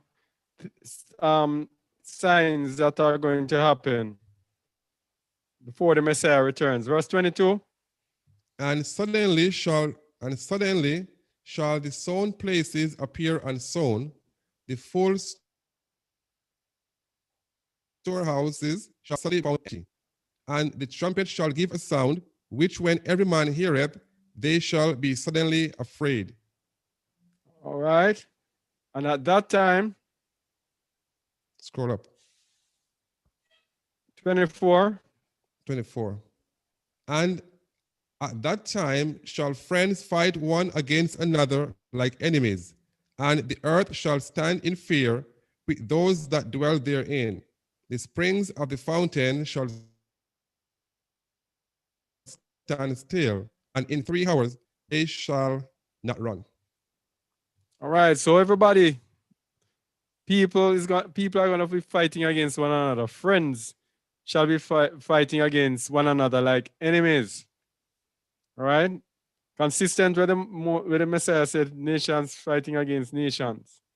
Verse 25. Whosoever remaineth from all these that I have told thee shall escape and see my salvation and the end of your world. 26. And the men that are received shall see it, who have not tasted death from their birth, and the heart of the inhabitants shall be changed and turned into another meaning. Mm-hmm. For evil shall be put out, and deceit shall be quenched. This is when righteousness takes over. Continue. 28. As for faith, it shall flourish, corruption shall be overcome, and the truth, which had been so long without fruit, shall be declared. All right. And so faith shall flourish once again, and corruption shall be overcome. This is when the earth is restored in righteousness. So we started from bad and we move into good, but we're going back into the bad again. Genesis 6. Going back in the days of Noah, verse 12. Oh, I did this already, 12 to 13. I will destroy them with the earth. All right. Okay, so we did this one already? Yeah, we did this already. All right, go read it, please. And won't hurt. And Allah looked upon the earth, and behold, it was corrupt, for all flesh had corrupted his ways upon the earth. 13. And Allah said unto Noah, the end of all flesh is come before me, for the earth is filled with violence through them. And behold, I will destroy them with the earth. So after all of this wickedness that is going on, the Most High is going to sort them out. And of course, it is Babylon that will be ruling in the end. We read in the book of Revelation, in the book of Jeremiah, the destruction of Babylon. It will be summarily Babylon that will be destroyed. Yeshayahu 13, 1-5.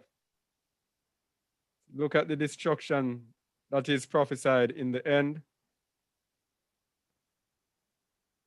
All right, of course, this is a short-term and a long-term prophecy. Read this and we'll know what is coming in the end. Verse 1, read please. The burden of Babylon, which Isaiah the son of Amos did see. Lift ye up a banner upon the high mountain, exalt the voice unto them, shake the hand, that they may go into the gates of the nobles. I have commanded many sanctified ones. I have also called my mighty ones for mine anger, even them that rejoice in my highness. All right. Verse 4. The noise of a multitude in the mountains, like as of a great people, a tumultuous noise of the kingdoms of nations gathered together. Yahweh of hosts mustereth the hosts of the battle. All right, so what we're going to see consistent in prophecy is that all the nations of the earth, United Nations, are going to gather together to fight against the Most High, who will be represented by the one who comes in the name of the Most High, Yahushua HaMashiach. All right? So once again, we see the kingdoms of the nations gathered together. That is why the nations today are organized through the United Nations. They come together in one order, in one accord. Charmaine, could you mute your mic, please? They come together in one accord in the United Nations, and it will be they, in the end, who will come together and unite against the Messiah. Verse 5.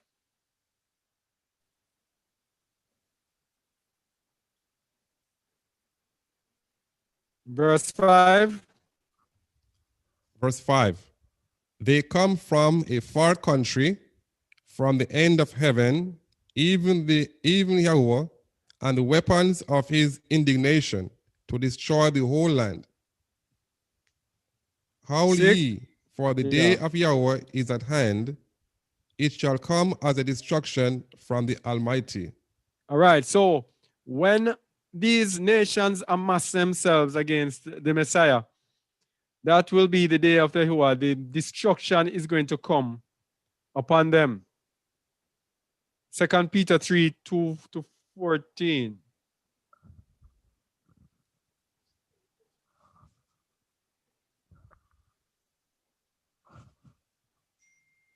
What we are showing, don't want anybody to get confused. What we are showing, we're speaking about the mark of the beast, the book, the Lamb's book of life, and the days of Noah. What we are showing is what is transpiring and has transpired and will transpire in the next few years, what we are to expect, so we know where we stand and we know what to do, so we are not deceived.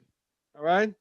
So the nations of the earth are going to come together against the Messiah, and as we said before, they are fortifying themselves by giving people this mark of the beast, which will ensure that these people will be amassed in their one world order transhuman army with supernatural strength, whether ready to fight against the supernatural power of the Messiah. 2 Peter 3, verse 2.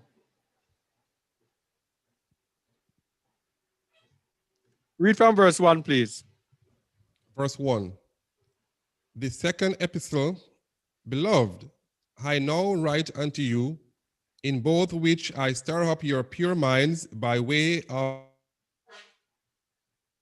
all right, so what he's doing, is giving them a revision, revising about things that he has spoken to them before. Read verse 2, please. Verse 2. That he may be mindful of the words which were spoken before by the holy prophets, and of the commandment of us that and the commandment of us, the apostles of the Master and Savior. Knowing this first,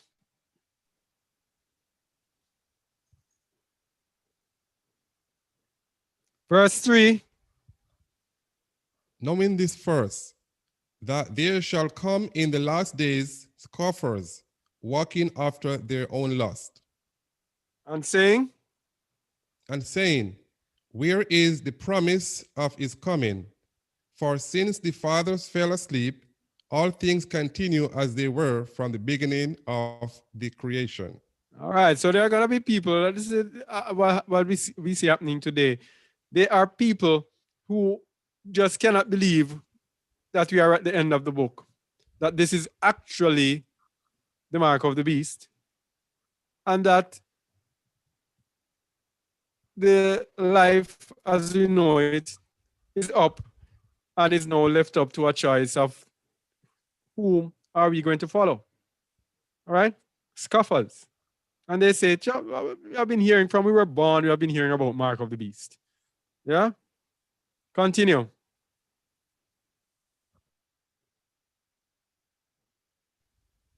For this they willingly are Verse ignorant 5. of that by the word of Allah the heavens were.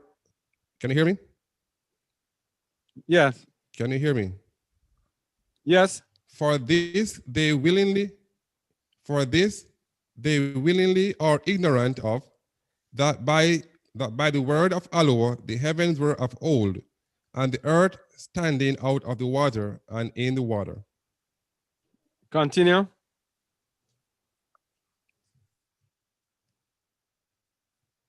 Whereby the world that then was, being overflowed with water, perished. But the heavens and the earth, which are now, by the same word, are kept in store, reserved unto fire against the day of judgment and perdition of ungodly men. All right, so the earth and the heaven are preserved, are reserved unto fire. All right, so originally it was water, but now it is going to be fire that is going to destroy this. Verse 8. But, beloved, be not ignorant of this one thing, that one day is with Yahweh as 1,000 years, and 1,000 years as one day. Yeah, continue. Yahweh is not slack concerning his promise, as some men count slackness, but is long-suffering to usward, not willing that any should perish, but should come to repentance. All right, so guess what? Guess what? He's not slack. So the reason why all of this has not yet happened is to give us space to come to repentance. All right? Verse 10 says, but the day of Yahweh will come as a thief in the night, in which the heavens shall pass away with a great noise, and the elements shall melt with fervent heat, and earth also, and the works that are therein shall be burnt up. So the day of Yahuwah is not going to be a pretty time that is going to come up. But his people, his servants, will be hidden or kept from this day of his wrath, because his people, his children, are not appointed to wrath. Okay? Verse 11.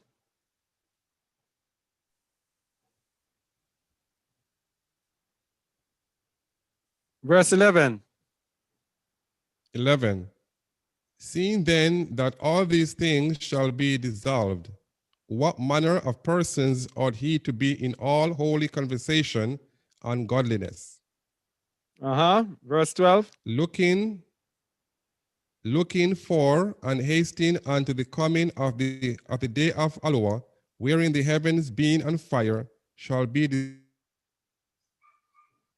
dissolved, and the elements will melt with fervent heat. All right, so we should, what he's actually saying there, because we know that this day is coming, we should be circumspect, walking total righteousness, to be found without blame. All right? So it is this day of Yahuwah where all the works of the wicked are going to be burnt up, that we should look toward, we should be looking toward at this time. Walking in righteousness, looking for the day to come.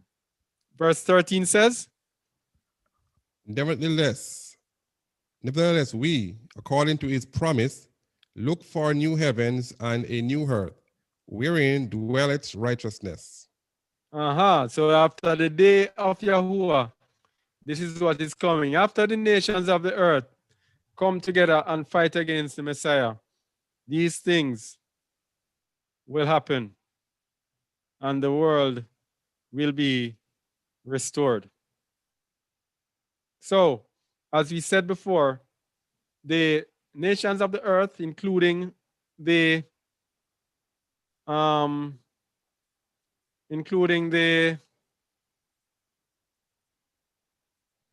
those who took the mark of the beast, will amass themselves and fight against the Messiah. We did it on Tuesday. Let's look at it today for those who weren't here. 2 Ezra 13.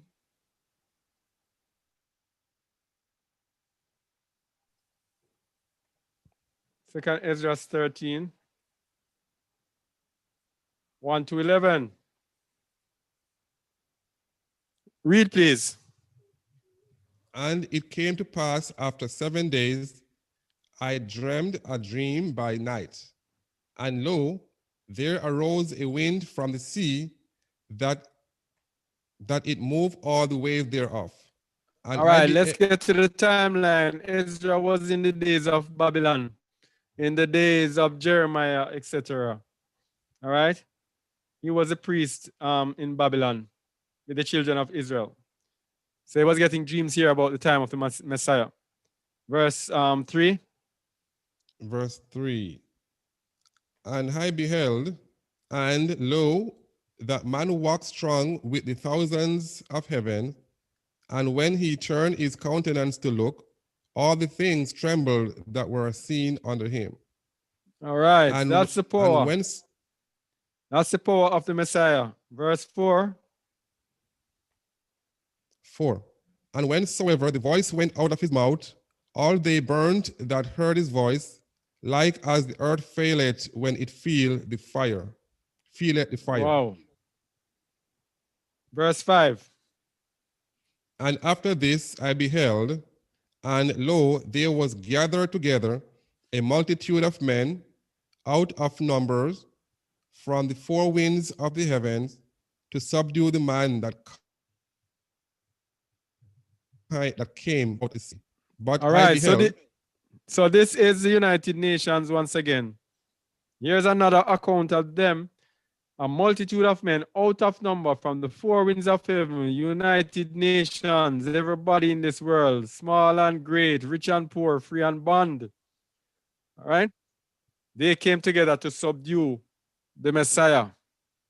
All these Christians that are talking about their Jesus and all of that, and they are willing to take this thing. They don't know that they're going to be programmed to fight the Messiah, Yahusha. Verse 6. Verse 6. But behold, but I beheld, and lo, he had graved himself a great mountain and flew up upon it. 7. 7. But I would have seen the region or place whereout the hill was graven, and I could not. 8. And after this I beheld, and lo, all they which were gathered together to subdue him were sore afraid, and yet there was light. All right, so here's the important thing. Even though they were afraid, they still fought against him. All right? Because they're going to be compelled, they're going to be programmed to fight him. Even though they are afraid, they will be programmed against their will because they will have this mark of the beast and be attached to this central control system. Verse 9. And lo, as he saw the violence of the multitude that came, he neither lifted up his hand, nor held sword, nor any instrument of war.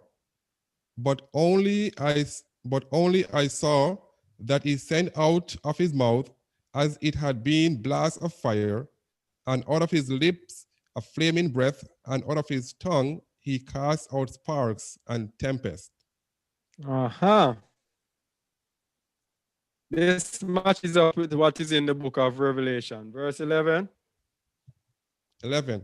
And they were all mixed together, the blast of fire, the flaming breath, and the great tempest, and fell with violence upon the multitude which was prepared to fight, and burnt them up. So hold on there. And burned them up, everyone, so that upon a sudden of an innumerable multitude, nothing was to be.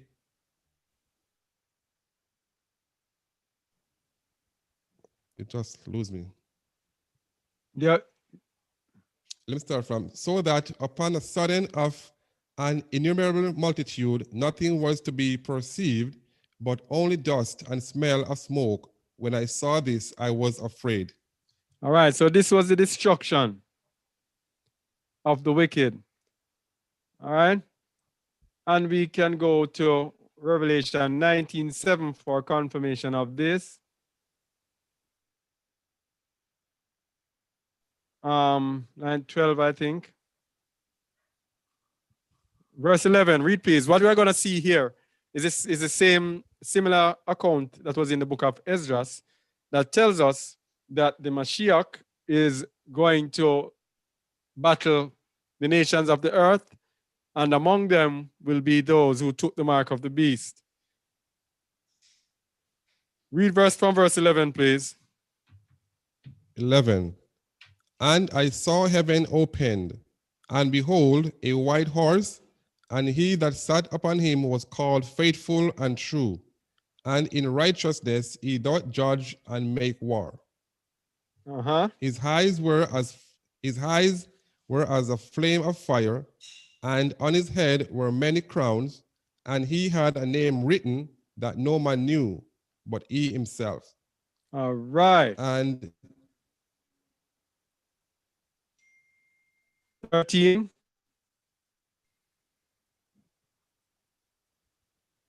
13. 13. And he was clothed with vesture dipped in blood, and his name is called the Word of Aloha. Uh-huh. Verse 14. And the armies which were in heaven followed him upon white horses, clothed in fine linen, white and clean. Whoa, it's a full white army. All right, verse 15. 15. And out of his mouth goeth a sharp sword, that with it he should smite the nations, and he shall rule them with a rod of iron. And he treaded the winepress of the fierceness and wrath of Almighty Aloha. This is judgment. Rule it with a rod of iron, the sharp sword, Torah, the book of the law that he's going to use to rule them with a rod of iron. All right? Verse 16.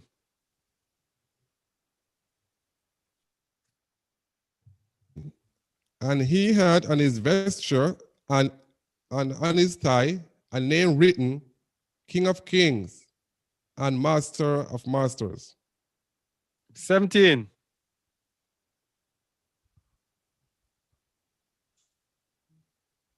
17. 17. And I saw an angel standing in the sun. He cried with a loud voice, saying to all the fowls that fly in the midst of heaven, come and gather your.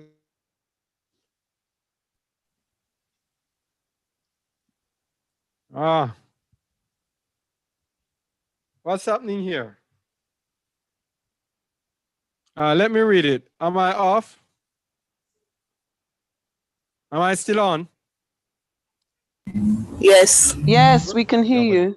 Verse 17, and I saw an angel standing in the sun, and he cried with a delay. loud voice, saying to all the fowls that fly in the midst of heaven, come and gather yourselves together unto the supper of the great Allure, that ye may eat the flesh of kings, and the flesh of captains, and the flesh of mighty men, and the flesh of horses, and of them that sit on them, and the flesh of all men, both free and bond, both small and great.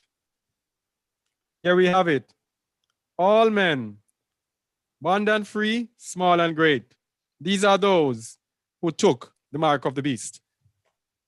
So, those who took the mark of the beast will be coming to fight the Messiah, and he is going to destroy them. As we say in Jamaica, he's going to name them food.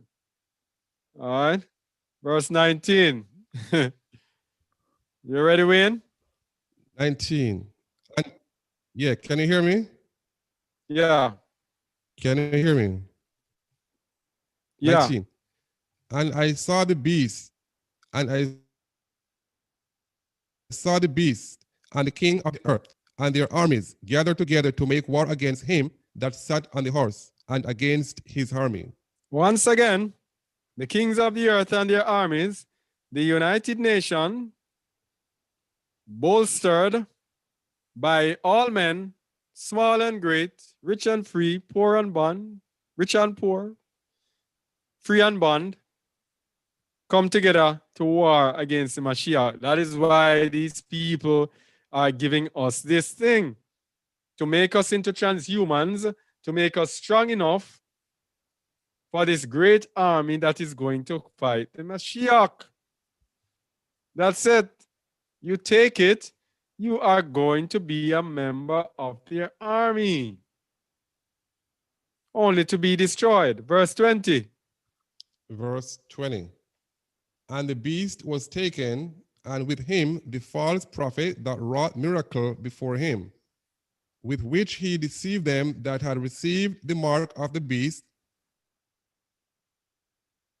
and them that worshipped his image. These both were cast alive into a lake of fire, burning with brimstone.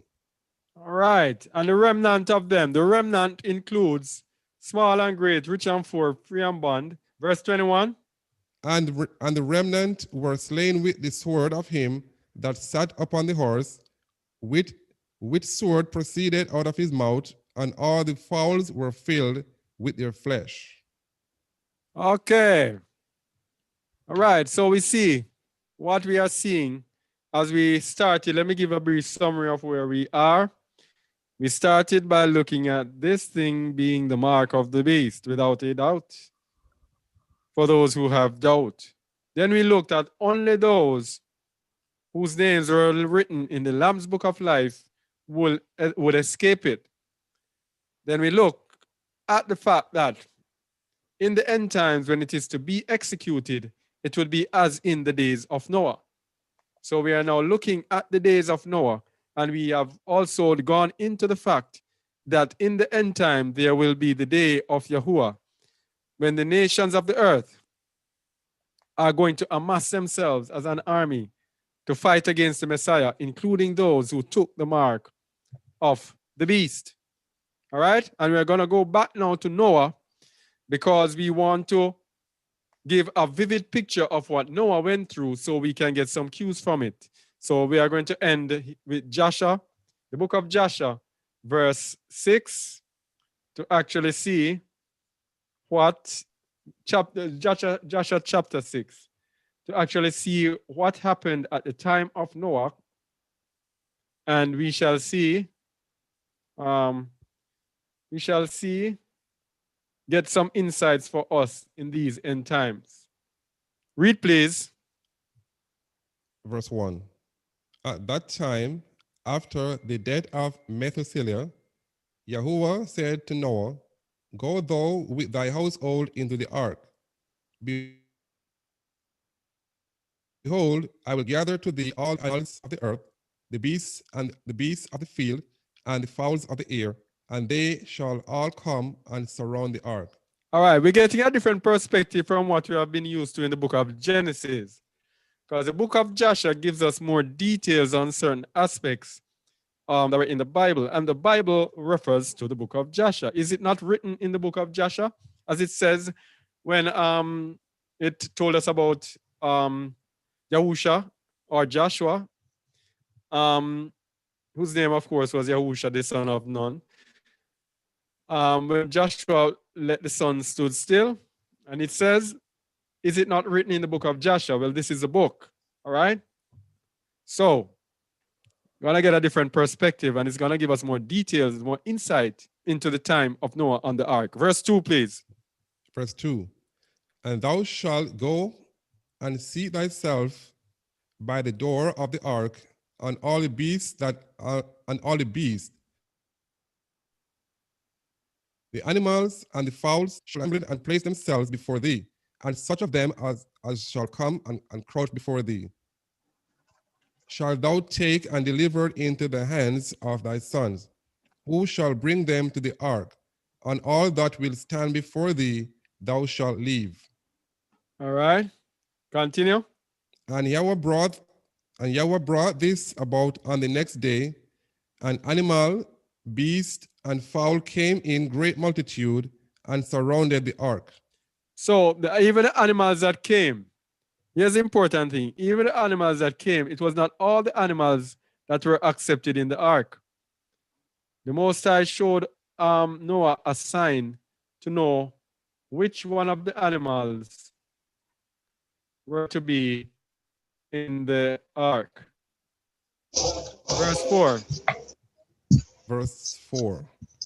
And Noah went and seated himself by the door of the ark, and of all flesh that crouched before him, he brought into the ark,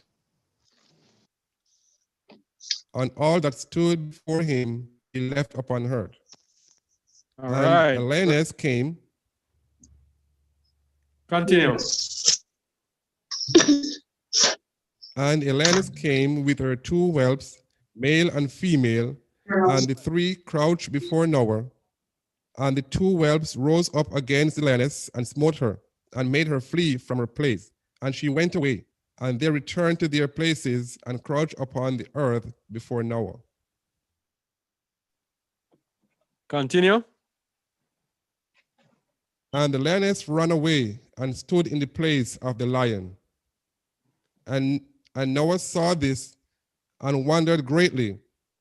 And he rose and took the two whelps and brought them into the ark. And Noah brought into the ark from all living creatures that were upon earth, so that there was none left but which Noah brought into the ark. Two and two came to the ark. Okay, then again. 2 and 2 came to Noah into the ark, but from the clean animals and clean fowls he brought 7 couples, as Allah had commanded him. All right. You see how important the clean animals are? Yep. 7 of them makes it 14. 7 is the Most High's number of perfection. Verse 10. And all the animals and beasts and fowls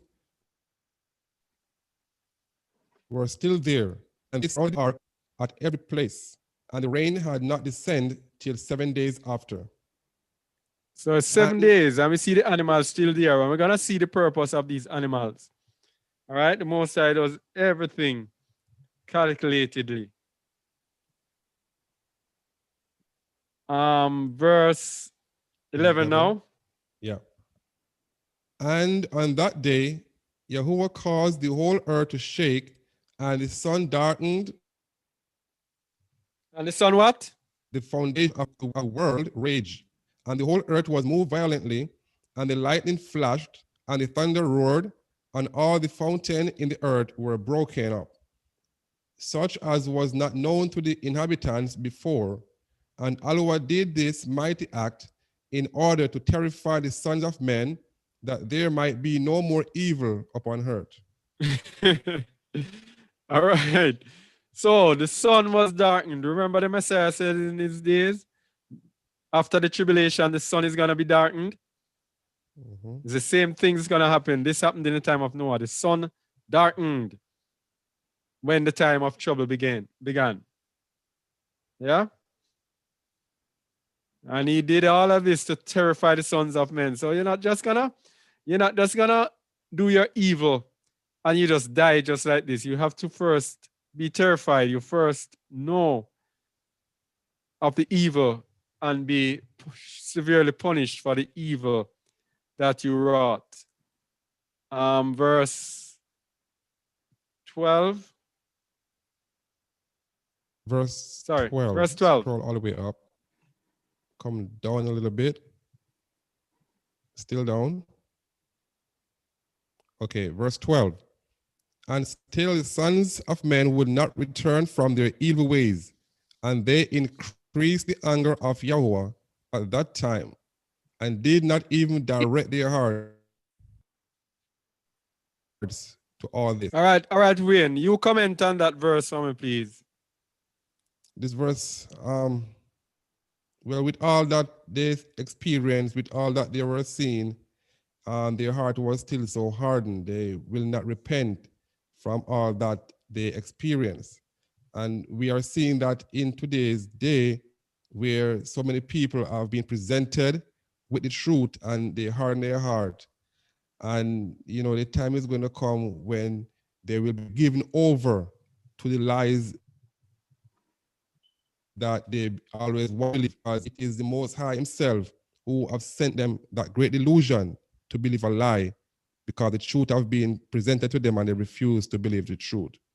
Wow. So even in those days, many will still not repent. Oh, awesome. And here on this part, they increased the anger of Yahuwah at that time. Yep. Very important. Because of how they blatantly disregarded him, he got even angrier. So his wrath was stored up. Yeah, because he gave them so many chances and him still, Yes, and give them did not repent. signs. Mhm. Yep. Verse 13. 13. And at the end of 7 days, in the 600th year of the life of Noah, the waters of the flood were upon the earth. 14. And all the fountains of the deep were broken up, and the windows of heaven were opened, and the rain was upon earth 40 days and 40 nights. And Noah and his household and all the living creatures that were with him came into the ark on account of the waters of the flood, and Yahweh shut him in. And Yahuwah did what? Shut him in. Yeah, the Most High did the shutting. Verse 16. And all the sons of men that were left upon the earth became exhausted through evil, for the waters were coming more violently upon the earth, and the animals and beasts were still surrounding the ark. So it seems as if even though the rain was upon the earth 40 days and 40 nights, no, it didn't reach that yet, but the rains were raging. And the men still did not. It was when they realized that they couldn't manage the water, that was when they started thinking twice, right? Yep. All right. 17. And the sons of men assembled together, about 700,000 men and women, and they came unto Noah to the ark. And they called to Noah, saying, Open for us that we may come to thee in the ark, and wherefore shall we die? What we want to look at now, I want to notice Noah's response. Because the importance of this is the mindset that we need to have in this time. We can only preach, we can only teach, we can only talk. But after the talk is done and these people have committed themselves, then we have to make a U-turn, no matter who these people are. We have to make a U-turn in our thinking towards them, because they have now become the spawn of Satan. They have now become the children of the devil. Continue.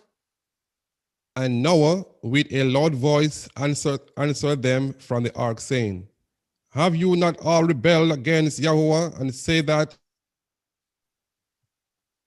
he does not exist? Therefore, Yahweh brought upon you this evil to destroy and cut you off from the face of the earth. So they were saying that the Most High didn't exist. Mhm. Yeah. Because the Most High. Aye. So Noah didn't have any compassion on them. Mhm. Because we say all the while that if Noah was the one who shut the door, maybe we would have let in someone. But at the time, no one wanted to come in. When the door was shut, what this is saying, when the door was shut, nobody wanted to come in. Hmm. So And they we were are shut in so that, those who wanted to forcefully come in could not come in after that. and with that All right? we move to see that whatever the Most High shut, no man can open. So even if Noah had a friend Yeah. who would not listen, and because of the love of his heart, he might say, okay, you come. The Most High is the one who shut it. Yes. So not even Noah could open it. Yes. Yes. Continue. Is it 20? Yeah. Is not this the thing that I spoke to you for 120 years back, and you would not hearken to the voice of Yahweh? And now do you desire to live upon earth? And they said to Noah, we are ready to return to Yahweh. Only open for us that we may live and not die. This is going to happen in the last days, is it? These are going to happen in the last days. And people find out certain things. Yeah. Mhm. Too That late. time, the Most High will shut us in, right? Mhm. We are ready to return unto Yahuwah. Only open for us that we may live and not die. Because of the love of their lives. They are not doing it for the love of Yahuwah. This is the difference. They're doing it Exactly. because they love their lives. So Big they lose difference. it. Yes. Verse 22. And Noah answered them, saying, behold, now that you see the trouble of your souls, you wish to return to Yahweh. Why do you return these 120 years, which Yahweh granted you as the determined period? The determined period is a period of his favor, of his grace, a period for you to repent. Yeah? And we see that time that is far quickly. The time of repentance is quickly moving. People need to turn away now. Turn from Christianity, turn from JC, turn from the LORD, and turn from GOD, and turn towards Yahuwah Sabaoth, the great Ahaya, the creator of all things, the Alua of Israel. All right? That is your rescue, not any of the false gods that they have taught us over the years. Time, the determining period, is coming to an end quickly. Verse 23. 23. But now you come and tell me this on account of the trouble of your souls. Now also Yahweh will not listen to you, if we give you on this day, so that you will not now succeed in your wishes. Yahuwah will not listen to you. And this is it. When the Most High shuts the door, no man can open. And Noah knows that. And Noah says he will not give, neither will he give ear to you on this day. Can't succeed in your wishes. Verse 24. And the sons of men approached in order to break into the ark, and the beasts overpowered them and drove them from that place. And every man went his way, and they again scattered themselves upon the face of the earth. No, hold on. The sons of men, verse 24. Verse 24. The sons of men approached in order to break into the ark, to come in on account of the rain, for they could not bear the rain upon them. 25. And Yahweh sent all the beasts and animals that stood around the ark, and the beasts overpowered them and drove them from that place. And every man went his way, and they again scattered themselves upon the face of the earth. And the rain was still descending upon the earth, and it descended 40 days and 40 nights, and the waters prevailed greatly upon the earth, on all flesh that was upon the earth in the water died. They died. Whether men, animal, beasts, creeping things, or birds of the air, and there only remained Noah and those that were with him in the ark. And the waters prevailed, and they greatly increased upon the earth, and they lifted up the ark, and it was raised from the earth. And all right, now we're gonna see that when the Most High rescues us, it is not a smooth ride either. Yeah, not a smooth ride. Noah was protected, but it was still not a smooth ride for him. Continue. And the ark floated upon the face of the waters, and it was tossed upon the waters, so that all the living creatures within were turned about like pottage in a cauldron. All right, like soup in a pot. That's how terrible it was. Everybody Verse 29. 29. And it seized all the living creatures that were in the ark, and the ark was like to be broken. Wow. See how rough it was. Even though we're protected, the ride is still not a pretty one. Verse 30. Yeah, with that, because we are supposed to rely on our faith, not because we are seeing the boat, we're gonna give up. We must know that it's the same Most High who take us this far will take us to the end. Whether boat or no boat, it's just faith. Yes. Sorry. Continue. And all the living creatures that were in the ark were terrified, and the lions roared, and the oxen loud, and the wolves howled, and every living creature in the ark spoke and lamented in its own language, so that their voices reached to a great distance. And Noah and his sons cried and wept in their troubles. They were greatly afraid. That they had reached the gates of death. Wow. You see how terrible it was? Noah was preserved, but still not easy. Still not a pretty ride. Still not a pretty ride. Verse 31. Scroll down. Still down some more. 31. And Noah prayed unto Yahweh and cried unto him on account of this. And he said, O Yahweh, help us, for we have no strength to bear this evil that has encompassed us. For the waves of the waters have surrounded us. Mischievous torrents have terrified us. The snares of death have come before us. Answer us, O Yahweh, answer us. Light up thy countenance toward us, and be gracious to us. Redeem us and deliver us. All right, so here we see again, don't take anything for granted. Don't take his deliverance for granted. Don't take anything for granted. Prayer is ultimately the answer. As the Apostle Charles said, pray without ceasing. Right? Always prayer. He's always going to put us into a position where we have to pray. Always a time of trouble, even in our deliverance. And Noah prayed, and what happened? Verse 32. And Yahweh hearkened to the voice of Noah, and Yahweh remembered him. So what if Noah didn't pray when? Well, what we are seeing, nothing would happen on our behalf. You know, the Most High knows what we need, but we still have to trust him, so we're going to pray regardless. Okay. Never ever take him for granted. Yeah. Just like you have your wife, you never take her for granted. Not because she's your wife, that still doesn't mean you take her for granted. It's the same thing with the Most High.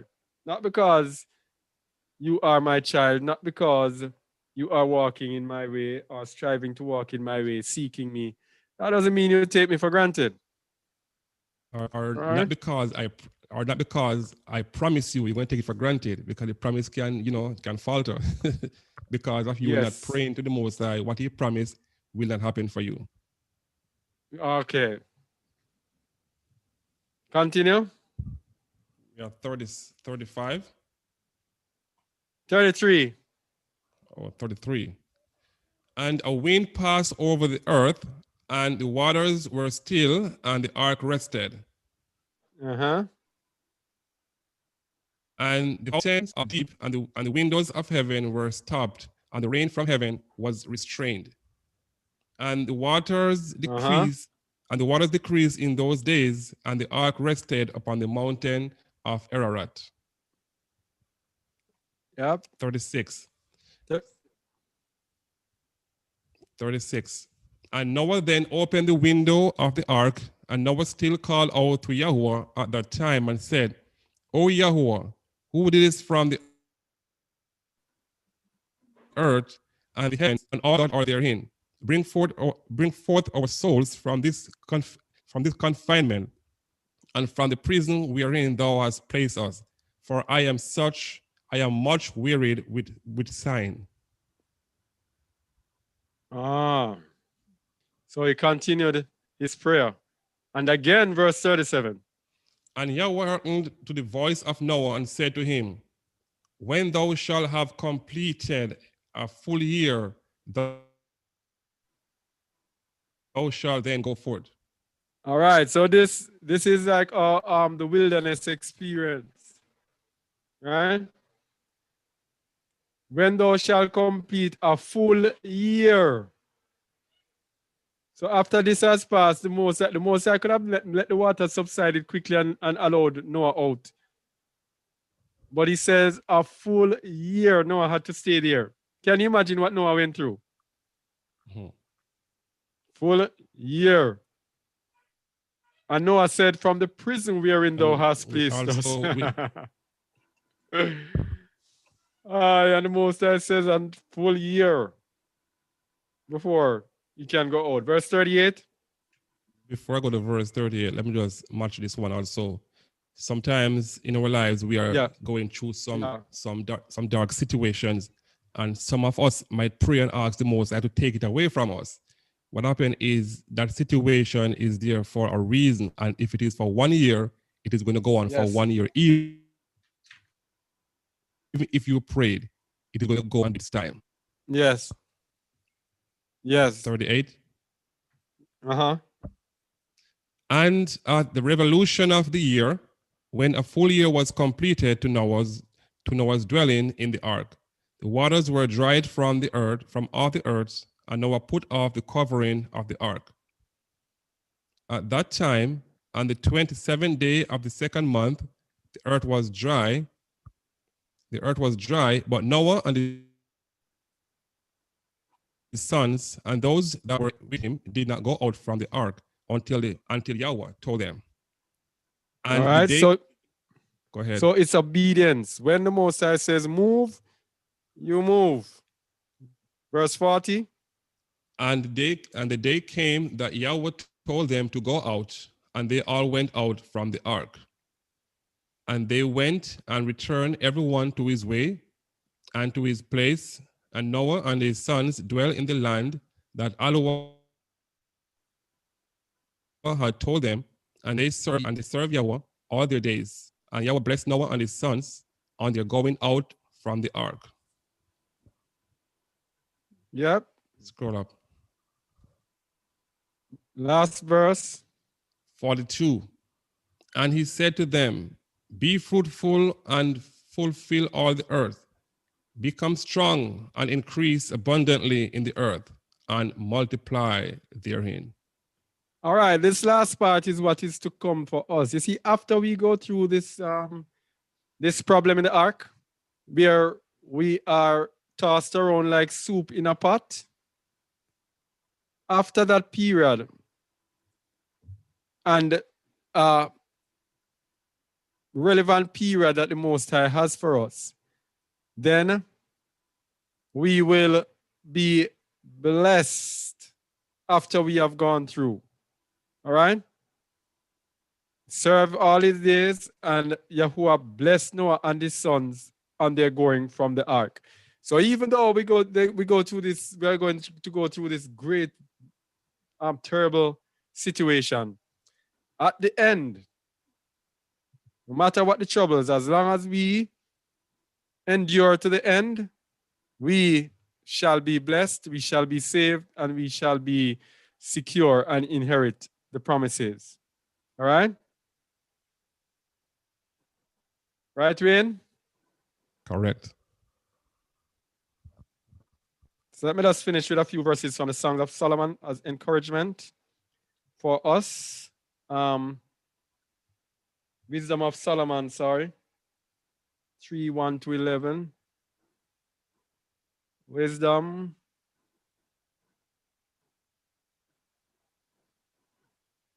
We did a few books today, a few of these books today that most people don't read. Wisdom of Solomon 3:1-11.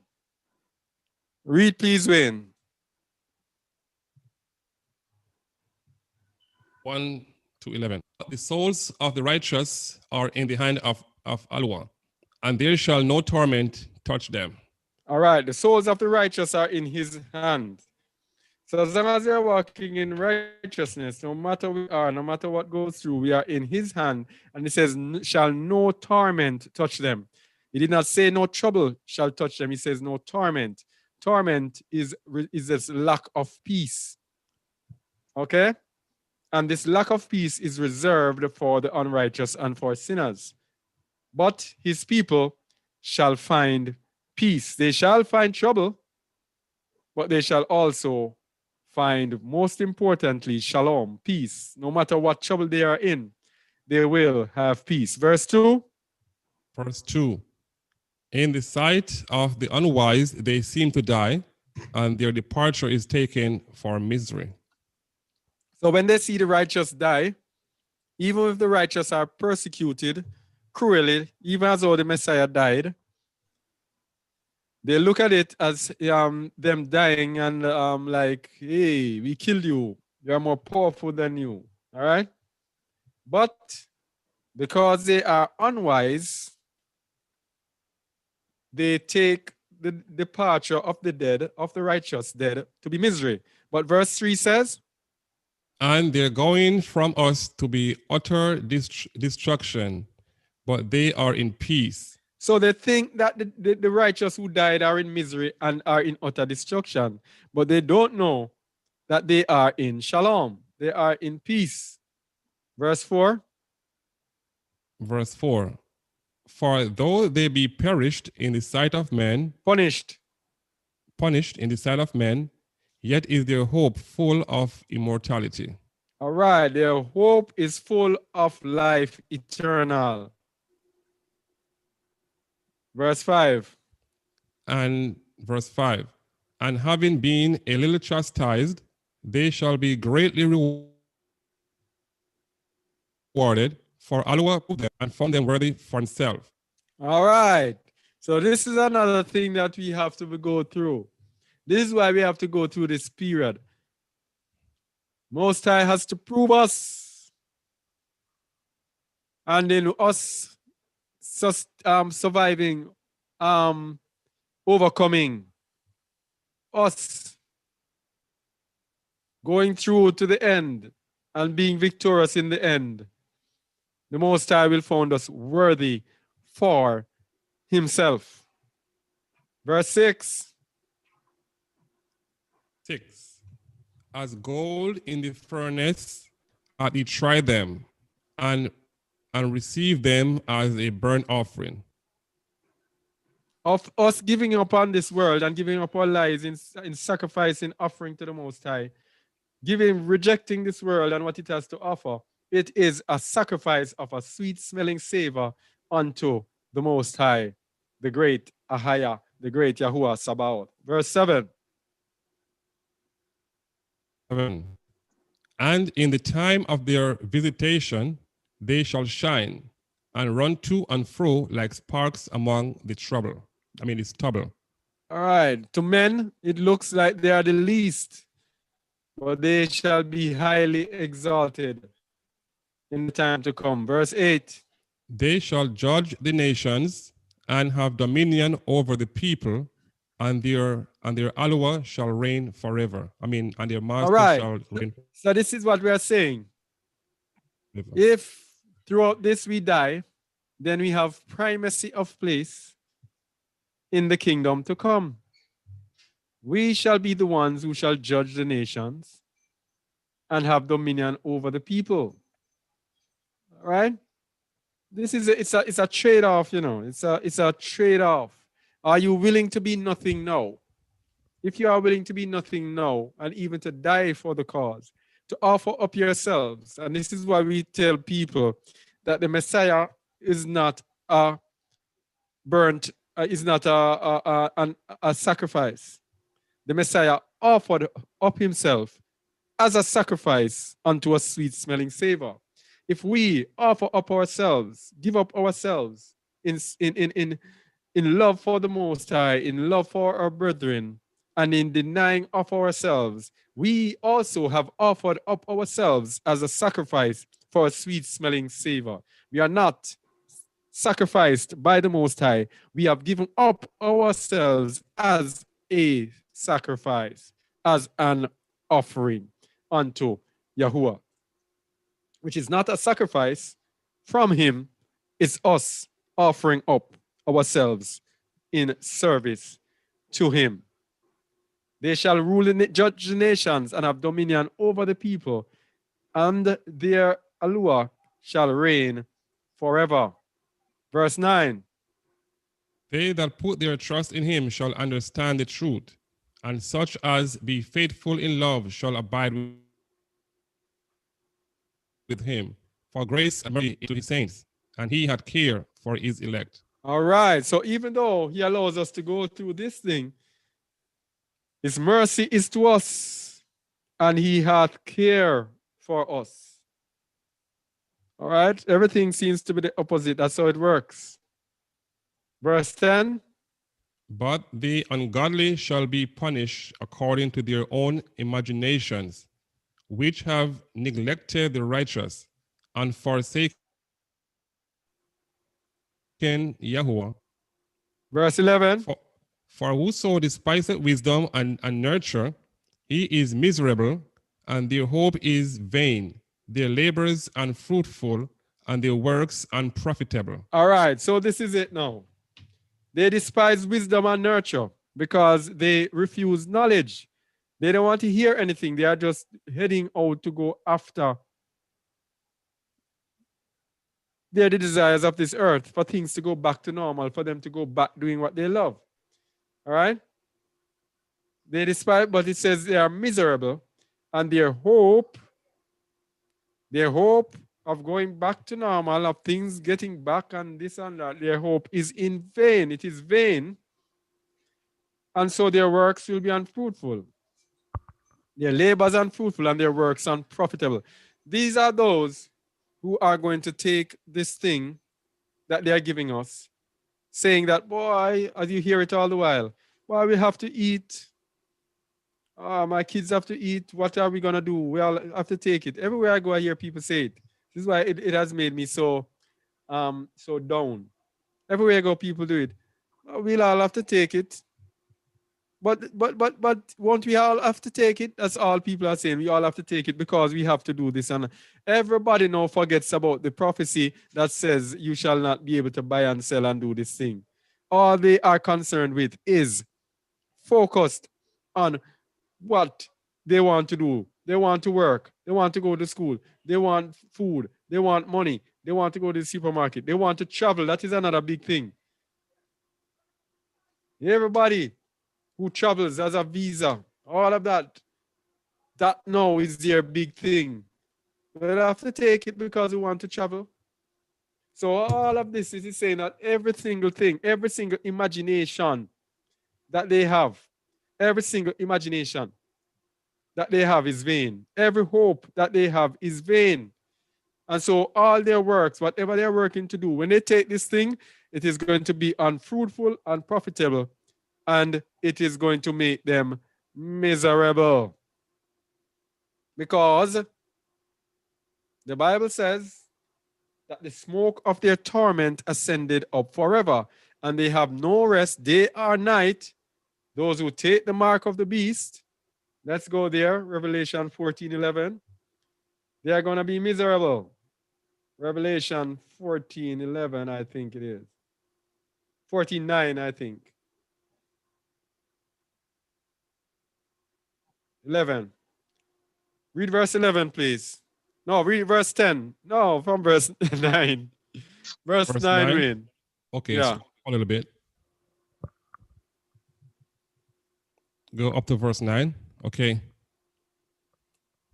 And the third angel followed them, saying with a loud voice, if any man worship the beast and his image, and receive his mark in his forehead or in his hand, the same shall drink of the wine of the wrath of Yahweh, which is poured out with mixture into the cup of his indignation, and he shall be tormented with fire and brimstone in the presence of the holy angels and in the presence of the Lamb. No peace, no rest, no peace, no rest, no peace. So people are looking at this thing as saying, boy, things will go back to normal. We need this to get over this or this. No peace, no rest. Verse 11. And the smoke of their torment ascend up forever and ever. They have no rest day nor night, who worship the beast and his image, and whosoever receiveth the mark of his name. No rest day nor night. So if you can't rest in the night and you're thinking that you're going to have rest in the day, no rest in the day, no rest in the night. 24/7 misery. But let's see those who are going to overcome. A good way to end it. Verse 12. Verse 12. Here his band saints. Here are they that kept the commandment of Allah and the faith of Yahusha. You always say kept. It's keep. All right. Present continuous tense, not past tense, yeah? So here are they that keep, because this would mean that this doesn't pertain to us if you say kept. Very important. Here are they that keep the commandments of Allah and the faith of Yahusha. And we were speaking about the dead in Wisdom of Solomon, chapter 3, verse 1 to 11. So let's look at verse 13. Verse 13. And I heard a voice from heaven saying unto me, write, blessed are the dead which die in Yahweh from henceforth. Yea, saith the Spirit, that they may rest from their labors and their works. All right, it's a good way to end it. The patience of the saints, they that keep the law of the Most High, and also the faith of the Messiah. Both of them. It's not only believing in as they call him Jesus alone. It's believing in the true lawful Messiah and walking in obedience to his Father as he walked in obedience to his Father. These are they who will overcome the beast in the end times. All right? And even those who die, they are specially blessed. Right? They are specially blessed because they will reign with the Messiah and rule the nations. All right? So, hope that all makes sense and gave us some things to think about, yeah? Yes. All right. Oh, 12:19, we're at 2 hours. Wow. So how long have you been on YouTube? I have to close it off now before. How long is it? 2 hours and 5 minutes. Let me see. All right, anybody, the floor is open. Let me see if I should, let me just close it before we talk. Let me close it off. All right. So, thank you all for watching. And if you are listening on Just the Word Radio, thanks for watching. And we hope that you found something out of this. Please like, share, subscribe, comment to our videos so that others can get the word out. All right. And we are here each week on the Shabbats at 10 a.m. So you can join us. And when you subscribe, you can get your notification as to when we are on. All right. So thanks once again for watching. All right. Until next time. Shalom.